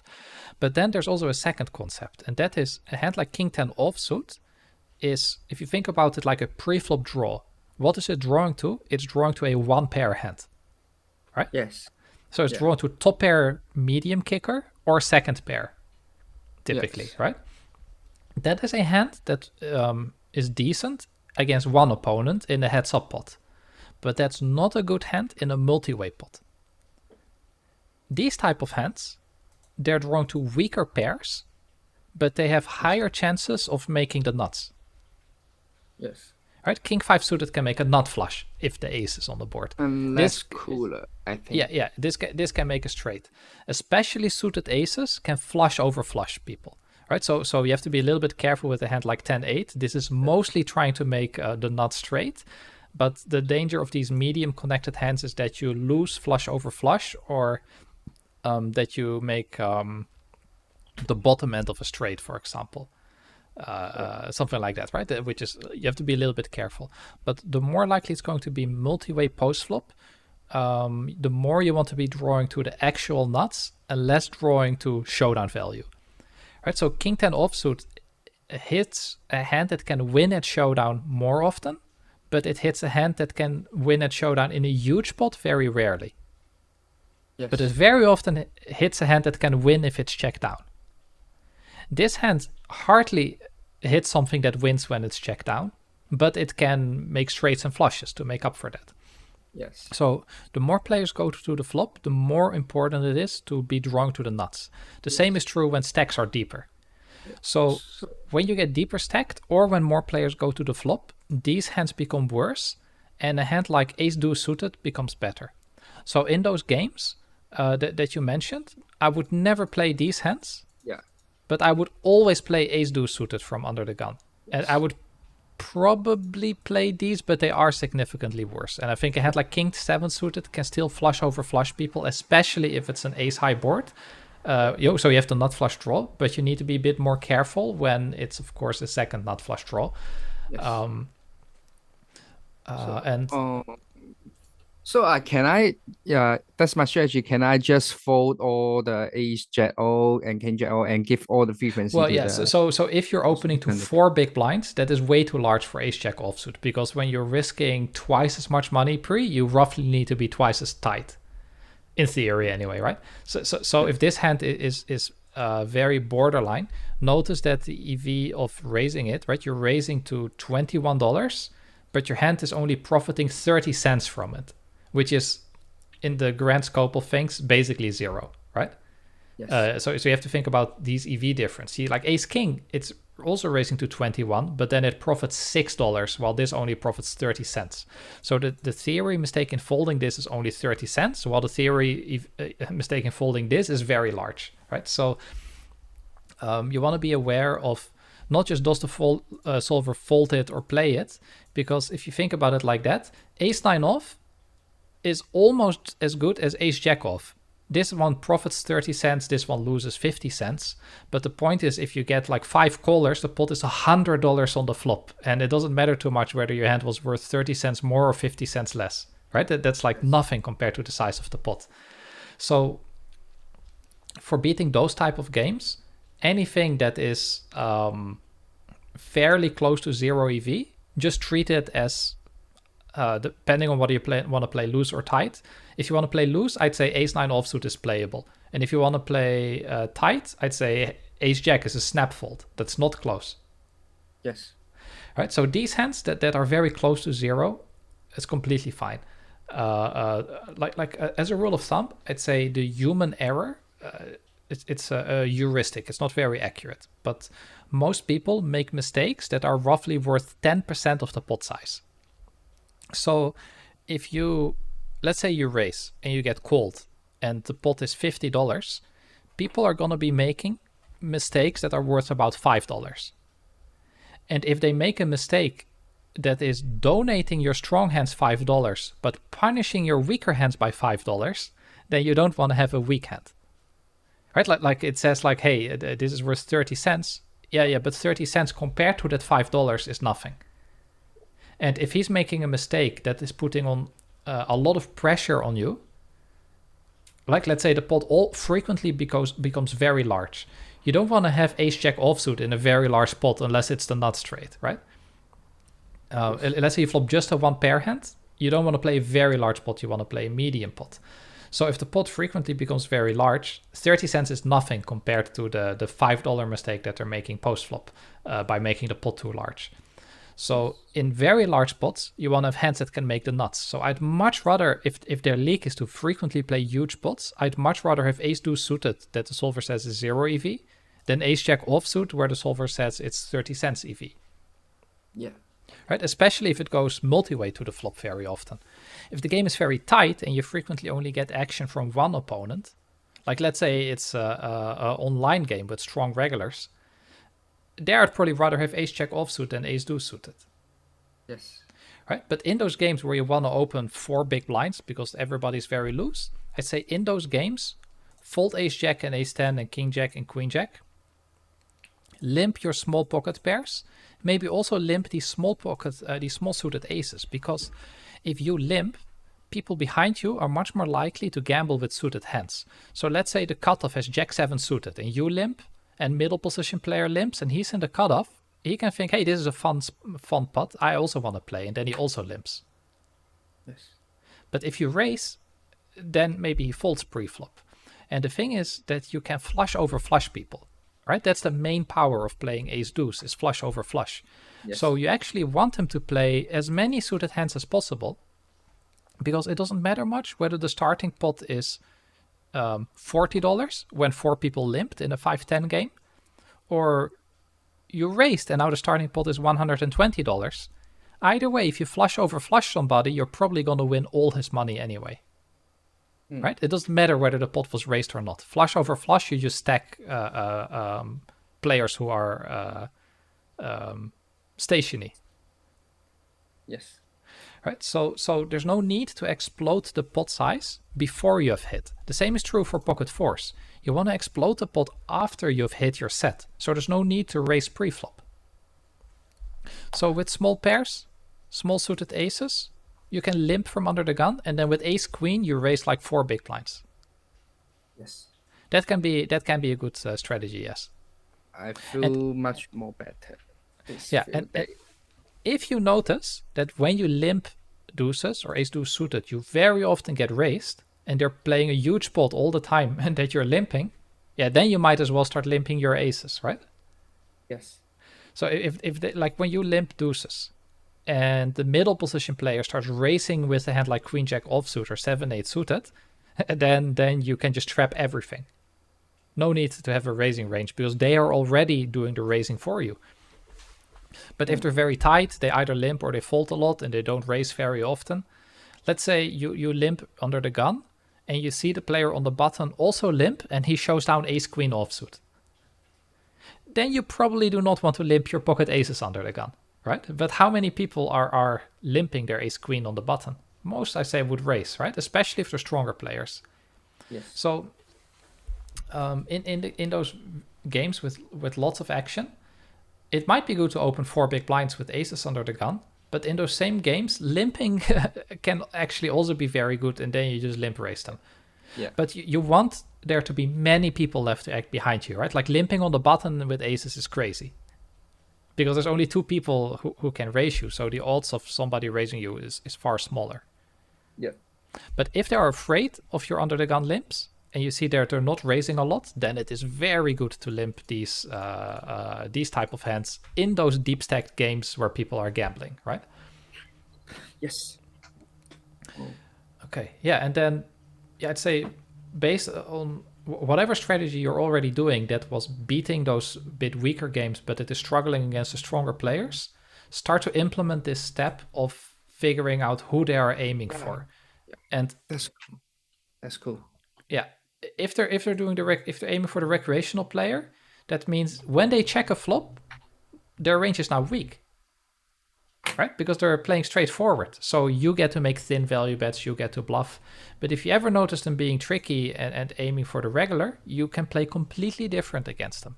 Against the regular, just like Kent, he will snipe, he will fire to everyone. So no, you have to make a choice, right? So let's say regular raises pocket queens under the gun, and he gets called by you on the button, and by recreational player in the big blind, and now he has to make a choice on the 10-8 deuce board. Does he make a continuation bet or not? He can't snipe both at the same time because the continuation bet is very good against the recreational player, and the check is very good against you. Yeah. But he can't do both at the same time. Okay. Right? Get it.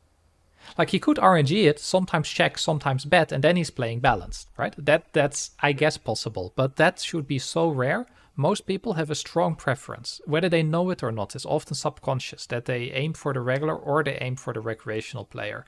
And if you are aware of this concept and you're trying to read build everybody what they are doing, then if you ever notice that a regular is actually targeting other regulars, you need to play completely different against that player. Completely different. Right? Like this decision pre-flop, when we got 3-bet, where was the example? Here, right? And we need to decide to 4-bet bluff with ace queen or not. Depending on who he is, if he's this player, we should 4-bet him very aggressively. While if he's this player, we could probably fold a hand like king 10 suited to the 3-bet even. Okay. right? So the one player you want to play very aggressive against because he's bluffing you a lot and he's 3-betting too wide. But the other player, he hardly has bluffs when he 3-bets you, and then you want to play very careful against him. And if you ever make the wrong choice here, so let's say you 4-bet bluff to 20 big blinds against a player who's targeting the recreational. If he's targeting the recreational, that means he has almost no 3-bet bluffs, because whatever hand the solver 3-bet bluffs with, like pocket eights, king jack suited, those hands are very attractive to call preflop with, to try and play with a recreational player, right? Yes. So when he 3-bets, you know he doesn't have those, and then he doesn't have them to fold to a 4-bet, and that leaves his 3-bet range to be just premiums. So if you 4-bet bluff your ace queen, you're like, oh, this is a strong player, I should have some 4-bet bluffs. And then you 4-bet bluff your ace queen and he 5-bet jams. Yeah, you lost 20 big blinds. And then you say to yourself, I was pretty unlucky today that my 4-bet bluff ran into a 5-bet, right? But really, maybe the EV of your 4-bet bluff against that guy was minus 10 big blinds because he was 3-betting you too strong. Right? Poker plays very different if the whole table is professional players compared to when there are recreational players. And there's always recreational players, right? Unless it's the MTT and you get at a very strong table through the shuffle or whatever. But in general, if it's a cash game, there's always a weak player at the table, which causes everybody to change up their play. And then sometimes 4-betting ace queen profits 5 big blinds, and sometimes it loses 10 big blinds in EV, depending on whether it's this or this. And if you're not thinking about this concept and you're just 4-betting it 20% of the time, while either it always makes 5 big blinds or it always loses 10 big blinds, you're always making a mistake when you're mixing it, right? There's clearly one choice that's best that you should always go for. And I think that will be a very good starting step to lose less money against the strong players. Figure out what they're doing, because the most dangerous thing that they have is their sniper rifle. And if you know that they have a sniper rifle and they're aiming for you, you can stay inside the building, stay behind cover, and then you will get hurt by them a lot less.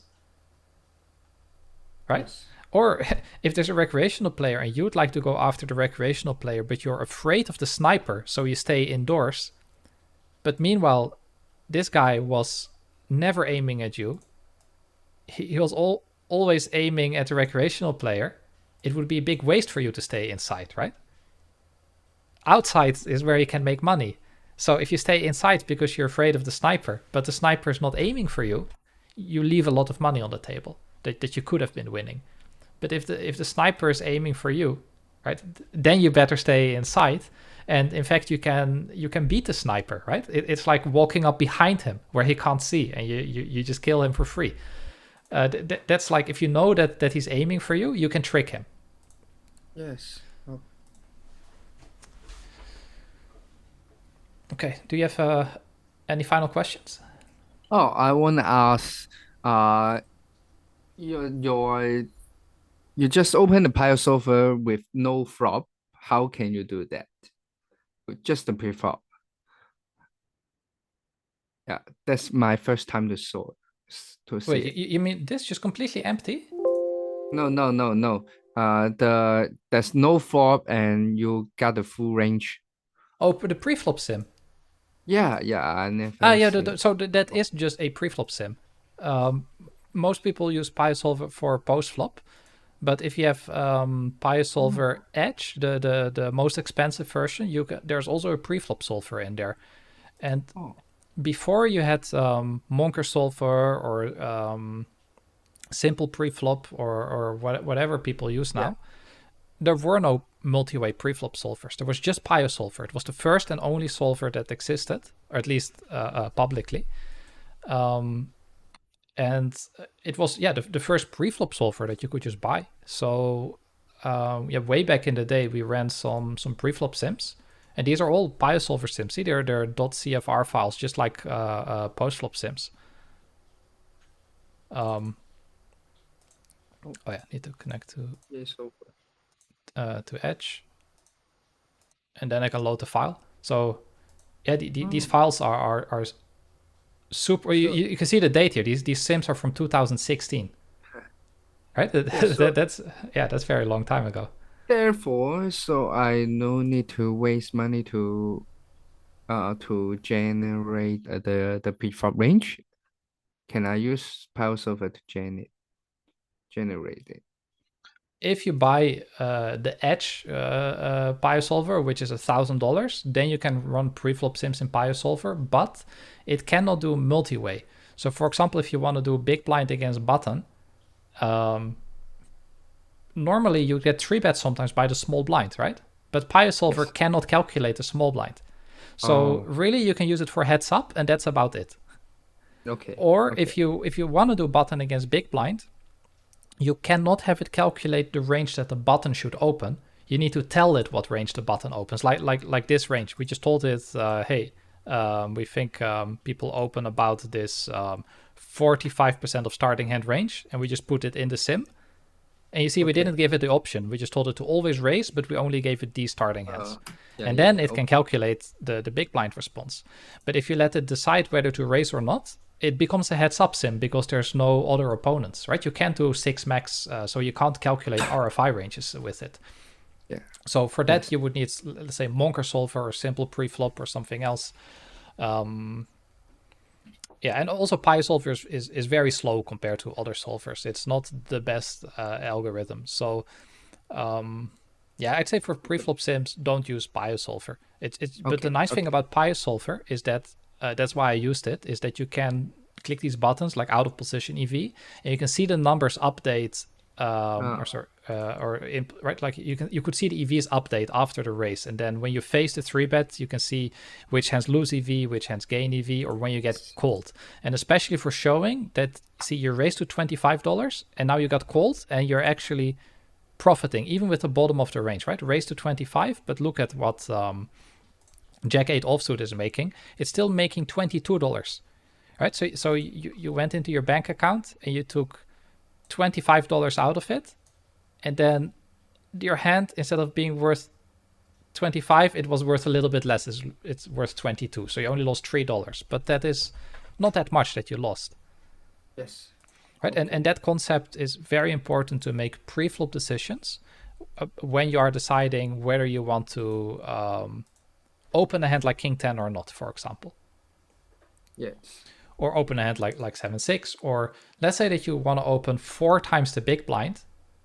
Maybe even ace queen is too weak for that if it's a 10-handed table. Maybe you want to fold or limp ace queen under the gun and just go 4 big blinds with ace king. Yes. Right? It really depends. Are you getting 3-bet? Are you getting called? For that concept, to show this, PioSolver is very nice because the interface, right? The thing, the buttons you can click, the way that it shows the ranges here, the EVs, it is, I think, the best program on the market. It's better than all the other solvers. It's not the best for solving preflop sims, but it is the best for showing things like this, or let's say post flop, you can do things like node locks and EVs will be updated, or you can create sub trees on the turn, add more bet sizes, change the ranges a little bit in the middle of the hand, and see what's going on. So I think it's a great program for studying and demonstrating things. And that's why I showed you a preflop sim here. But of course, I would never use these ranges at an actual table. Yeah. I would take ranges from a Monker Solver sim, or like what I showed this session, simple preflop hold'em, or whatever multi-way solver you have. Yes. Take your preflop ranges from there. Okay. Thank you. So maybe next time I want to know more about a multi-way game. All right. Oh. Yeah, because I love your guide of making my thinking process much more clear. Yes. So I don't know, because this I'm get some trouble on the game that I can beat this few day, as is super maybe 8 recreational with super loose game, and always fretting and limping, and I can win. Yeah. Even this few time I tried, I'm starting limb, getting some limb strategy. It's become better, but I can win a lot because they are lose they will lose their EV to the wreck. How can I get the EV from them? Yeah, Yeah, so we yeah, just talked a little bit about how you can get more EV out of your hands if you have an idea what your opponents are doing, right? So a very big part of where your EV comes from is read building, because if you know where your strong opponents are aiming their sniper rifle, you can already do a lot better against them. Maybe you still don't beat them, but you will definitely lose a lot less money to them. I don't know. The game has no strong player, no regular. Yeah. So in those games, yeah, so it's just a bunch of loose gambly calling stations, Yes. right? And then you're trying to beat a rake. So it also depends a bit on how the game is raked. For example, some casinos, I mean, I guess that's not your game, but they have timed rake. So you pay rake per hour, but not per hand. Right, so the poker game is actually no rake, but you pay every hour. You pay like to rent your seat at the table. Every hour you pay for your seat. But the poker game itself has no rake, and then you can play very different. But if the rake is a percentage of the pot every time, the larger the rake is, the tighter you need to play. And the also it depends also on what the cap is. But if the game is very loose, yeah, the best way to beat a high rake, very loose game is to only play strong hands.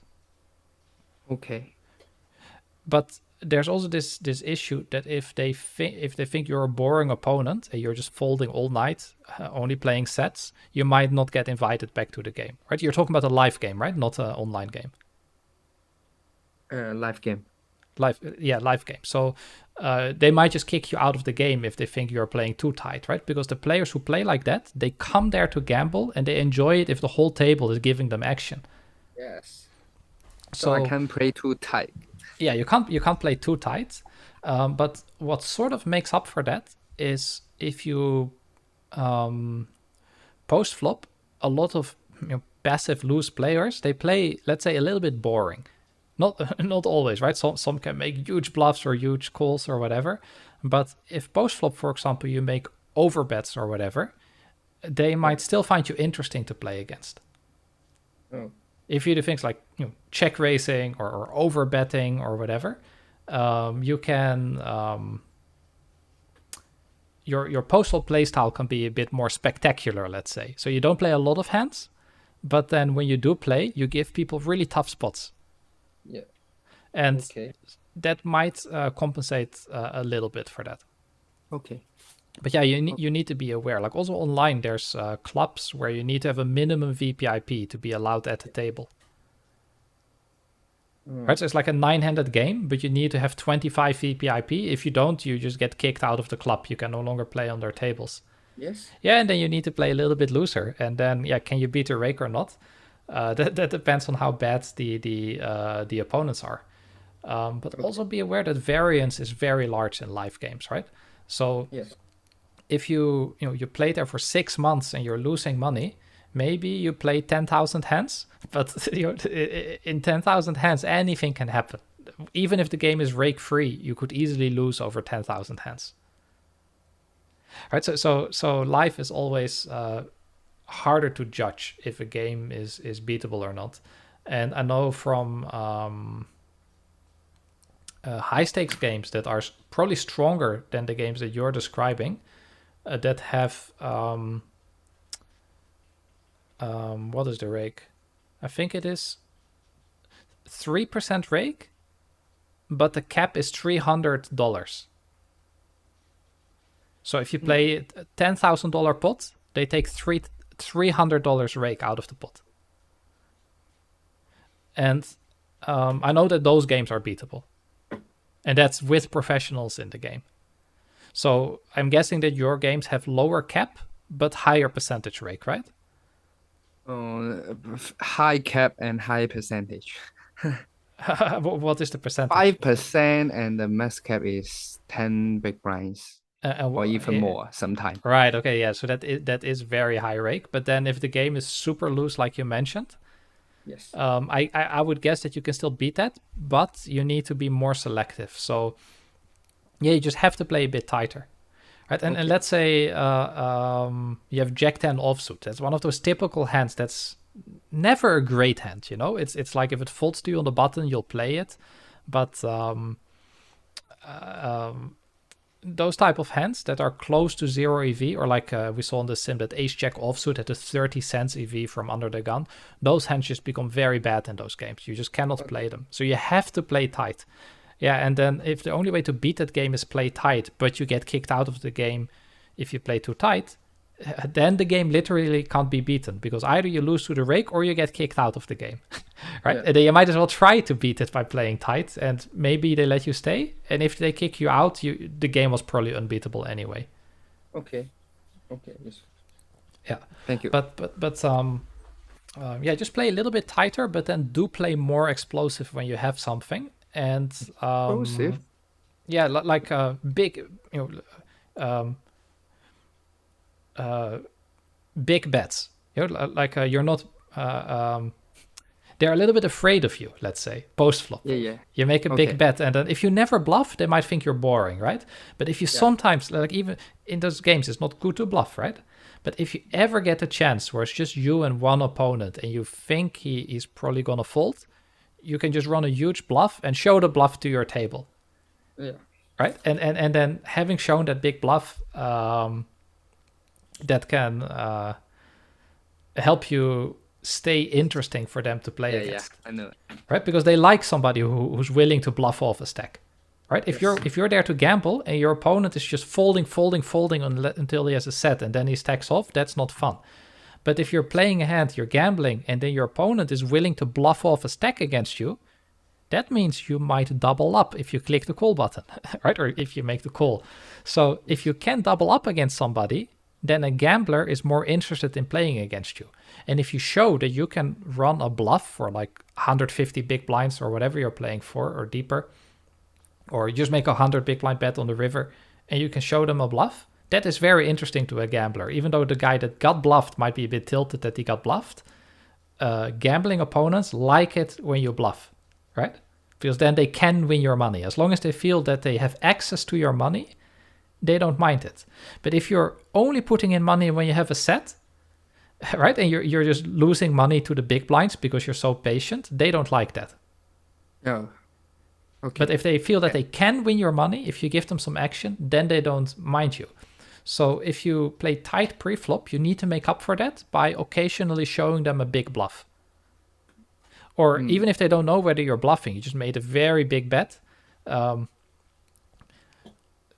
Let's say the board is ace jack something, right? And you have ace king and you make a big river bet. Just show them the king when they fold the river, right? Just do something and keep it interesting. As long as they think that you could be bluffing and they have a chance to win your money, they don't mind you in the game. That's how a gambler's mind works. Okay, I get it. And the other question is, do you know the strategy of the stand-up game? I've never played it myself, but so it's like the fewer people are standing, the more important it becomes to win a pot, right? And if you need to pay the whole table 5 big blinds each, it's like losing half a stack, right? Yes. So the closer it gets to the finishing point, this is called asymmetry in EVs. So one player has asymmetrical EV because one player is basically playing with, let's say, a 40 big blind ante in the pot, while the rest of the table is not. Yes. Right, and that's how the spot then works, which means I don't that know how to count it. well, so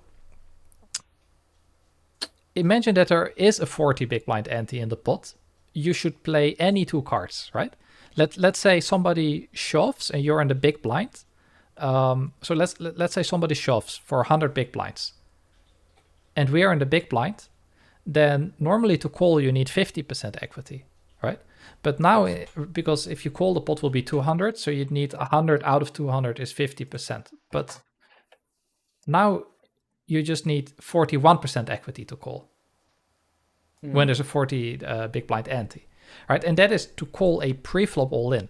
So, of course, pre-flop, it doesn't go all in. Normally, raises are, let's say, to 3 big blinds or something, right? But now think about it like this. Let's say somebody opens the button to 3 big blinds. If we 3-bet jam 100 big blinds from the big blind, that is crazy in a normal game, right? Yeah. Just 3-bet jamming 100 big blinds. But if there's a 40 big blind ante in the pot, it would actually be a very normal 3-bet size. But actually, you are not getting that 40 ante, but you are losing 40 ante. So maybe it cannot count it as plus 40. No, yeah, because there's not a 100% chance that you lose it. It's still 50% chance that you lose it, maybe, right? So let's say there's 3 players still standing. And it's you have to pay 40 big blinds total if you're the last one standing. Then right now, it's like every pot for you has a 13 big blind ante in it. Oh, Does that make sense? yes. But not for the rest of the table. So when button opens to 3 big blinds, if there is really a 12 big blind ante in the pot, and we 3-bet to, let's say, 12 big blinds, that would be a very tiny 3-bet. Right? So wait, let me type the example. So let's say button opens 2.5x.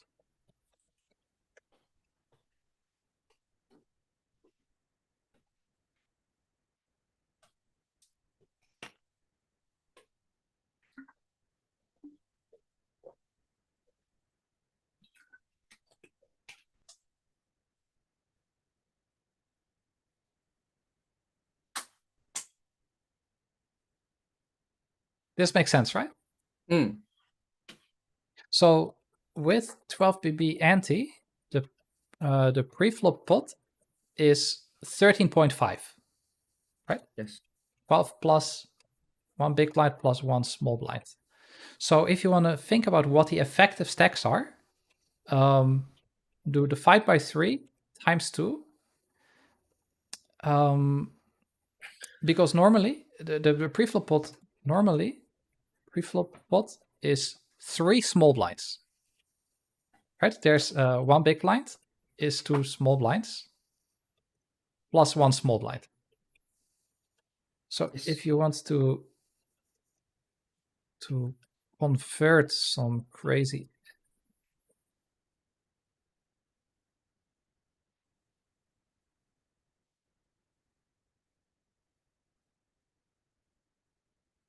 Yeah. So if it's 13.5, then you'd get 5 by 3 is 4.5, and then times 2 is 9. So you are effectively playing 4.5/9 50 big blinds. instead of 0.5/1, the pre-flop blind structure, right? Yeah. Does that make sense? Okay. I heard that maybe some game most people are open bigger, so therefore your effective stat is Yeah. I feel Okay, but so The if same you thing. have 100 stack in a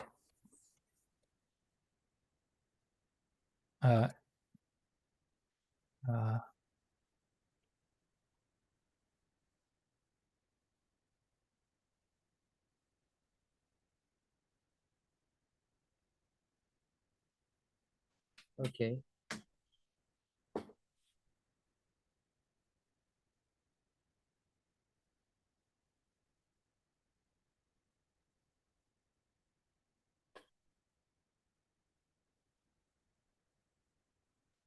does that make sense? Yes. Okay, so if the games are asymmetrical, one player does not play with that ante because he's already sitting, but you are playing with that ante because you're still standing, then when you are only 11 big blinds deep and you have a hand like ace-8 offsuit, that's just a 3-bet jam, right? If button limps and you're 11 big blinds deep, you jam your ace-8 from the big blind. So when somebody opens 2.5 big blinds on the button, or $2.5 on the button in this example, right? Yes. And we have ace-8 offsuit, that's basically like he limped, right? Because limping is $1, but raising should be $18. So when he's raising to 2.5, that's basically the same as a limp to us. So since he's limping, if we have trash, we would check, right? So if we have 6 deuce offsuit in the big blind, now you get to flat because the raise is basically $0. It's like the button open limped and we just check in the big blind, except now a check costs $2 instead of $0, but it's so close to 0 compared to the size of the pot that we just play everything. Okay. And if you have ace-8, yeah, you just rip it in. But for the opponent, he does not have those antes in the pot, so it's actually a bit worse for him to call it light. Does that make sense? Yes. Because he's playing without the antes. So he should play tighter against our jam than a solver would if there were antes for him.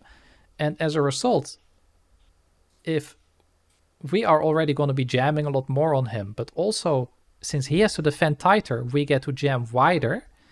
That means it is very dangerous for the opponent to play loose pre-flop, because he is not playing with the ante, but we are. So he's going to get a lot of action from us because we are playing with the ante, but he is not playing with the ante, so he needs to play a lot tighter. Yeah. So do you know in tournaments there's this ICM effect? Yes. Right, and then the player with the big stack gets to gamble a lot more, and the short stacks, they're sort of they have a big problem, right? They need to fold a lot. Yes. So this one-sided ante works sort of like that. It's like when you're still standing, it's like you are the big stack in an MTT and you get to bully people. And as a result, okay. Yeah, and that means the ones that are already sitting, they need to play tighter. Does that make sense? Yes. Because when you, for example, you open Jack-10 offsuit on the button, and the player in the big blind is going to fold 6 deuce offsuit, then you're going to steal the pot, right? Well, so you could also argue, hey, actually, when we get called by by 6 deuce offsuit, we get more value with Jack-10, right? That's also a valid argument that you actually want to play Jack-10 because you're getting value from 6 deuce offsuit. But also, you're going to get 3-bet jammed on a lot, and it's tougher for you to defend against it. Yes.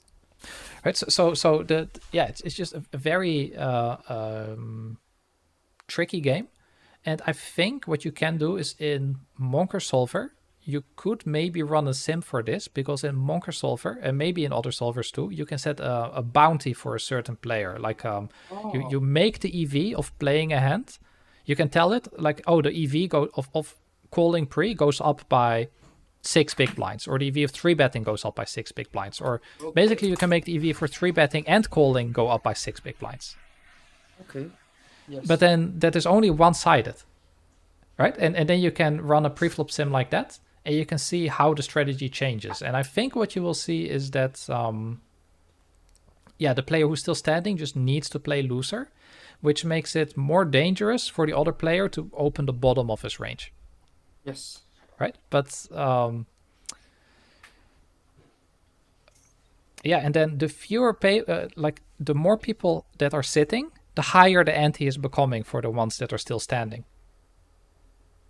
Does that make sense? Yes. So if everybody is standing, there's a $40 ante, but there's only a 10% chance that you're the one that ends up paying it. So it's like you're playing with the ante of $4 or 4 big blinds. Yes. Right? So it's basically like there's an invisible ante, but the ante, instead of it being in the pot every hand, it gets divided, the ante only happens once there's only one player left standing, and then he suddenly needs to pay the invisible ante that was there the whole time. It wasn't actually being paid the whole time, but now it gets paid afterwards by him. But it sort of plays like there is an ante, and the size of the ante is dynamic. So the more people that are sitting, the higher the ante is becoming. But also when you are sitting, you no longer get the ante. It's the opponents who are standing who are still playing the ante game. So there's an asymmetry between them. Yes, I get it. And I think you should be able to run a sim for it, or a rough sim to get a rough idea in Monker Solver. But yeah, I'm not 100% sure. This is just my intuition, my theoretical guess at how this should work. But I think it has lots of similarities with the antes. And then the interesting thing is that some people are sitting and some people are standing, which creates the asymmetry between them. And that generally means that if you are already sitting, you will get way more action from the rest of the table because they are playing with an ante. So if you're getting more action, yeah, you need to think about how that affects the EV of your hand. Do you want to get action or not? Trying to steal the blinds is not going to work because you're going to get more action. Yes. Right? But you're going to get more value. Like when you have ace queen and you open to 9 big blinds, yeah, what are they going to do about it? Right? It's like a 1 big blind race to them. If there's just 2 people standing and one of them is in the big blind, he needs to fight very hard for that pot. And if he needs to fight for that pot, you might as well raise large with ace queen, because how can he fold if he has, let's say, king 9 offsuit and you raise to 9 big blinds? He still has to play that hand because the ante is so huge for him. Yes. Does that make sense? Yes, I get it. All right. Okay, thank you so much. All right, you're welcome. So then next session we can talk about some multi-way theory for post-flop. Okay. Cool. All right, Thank bye-bye. you so much. Bye-bye.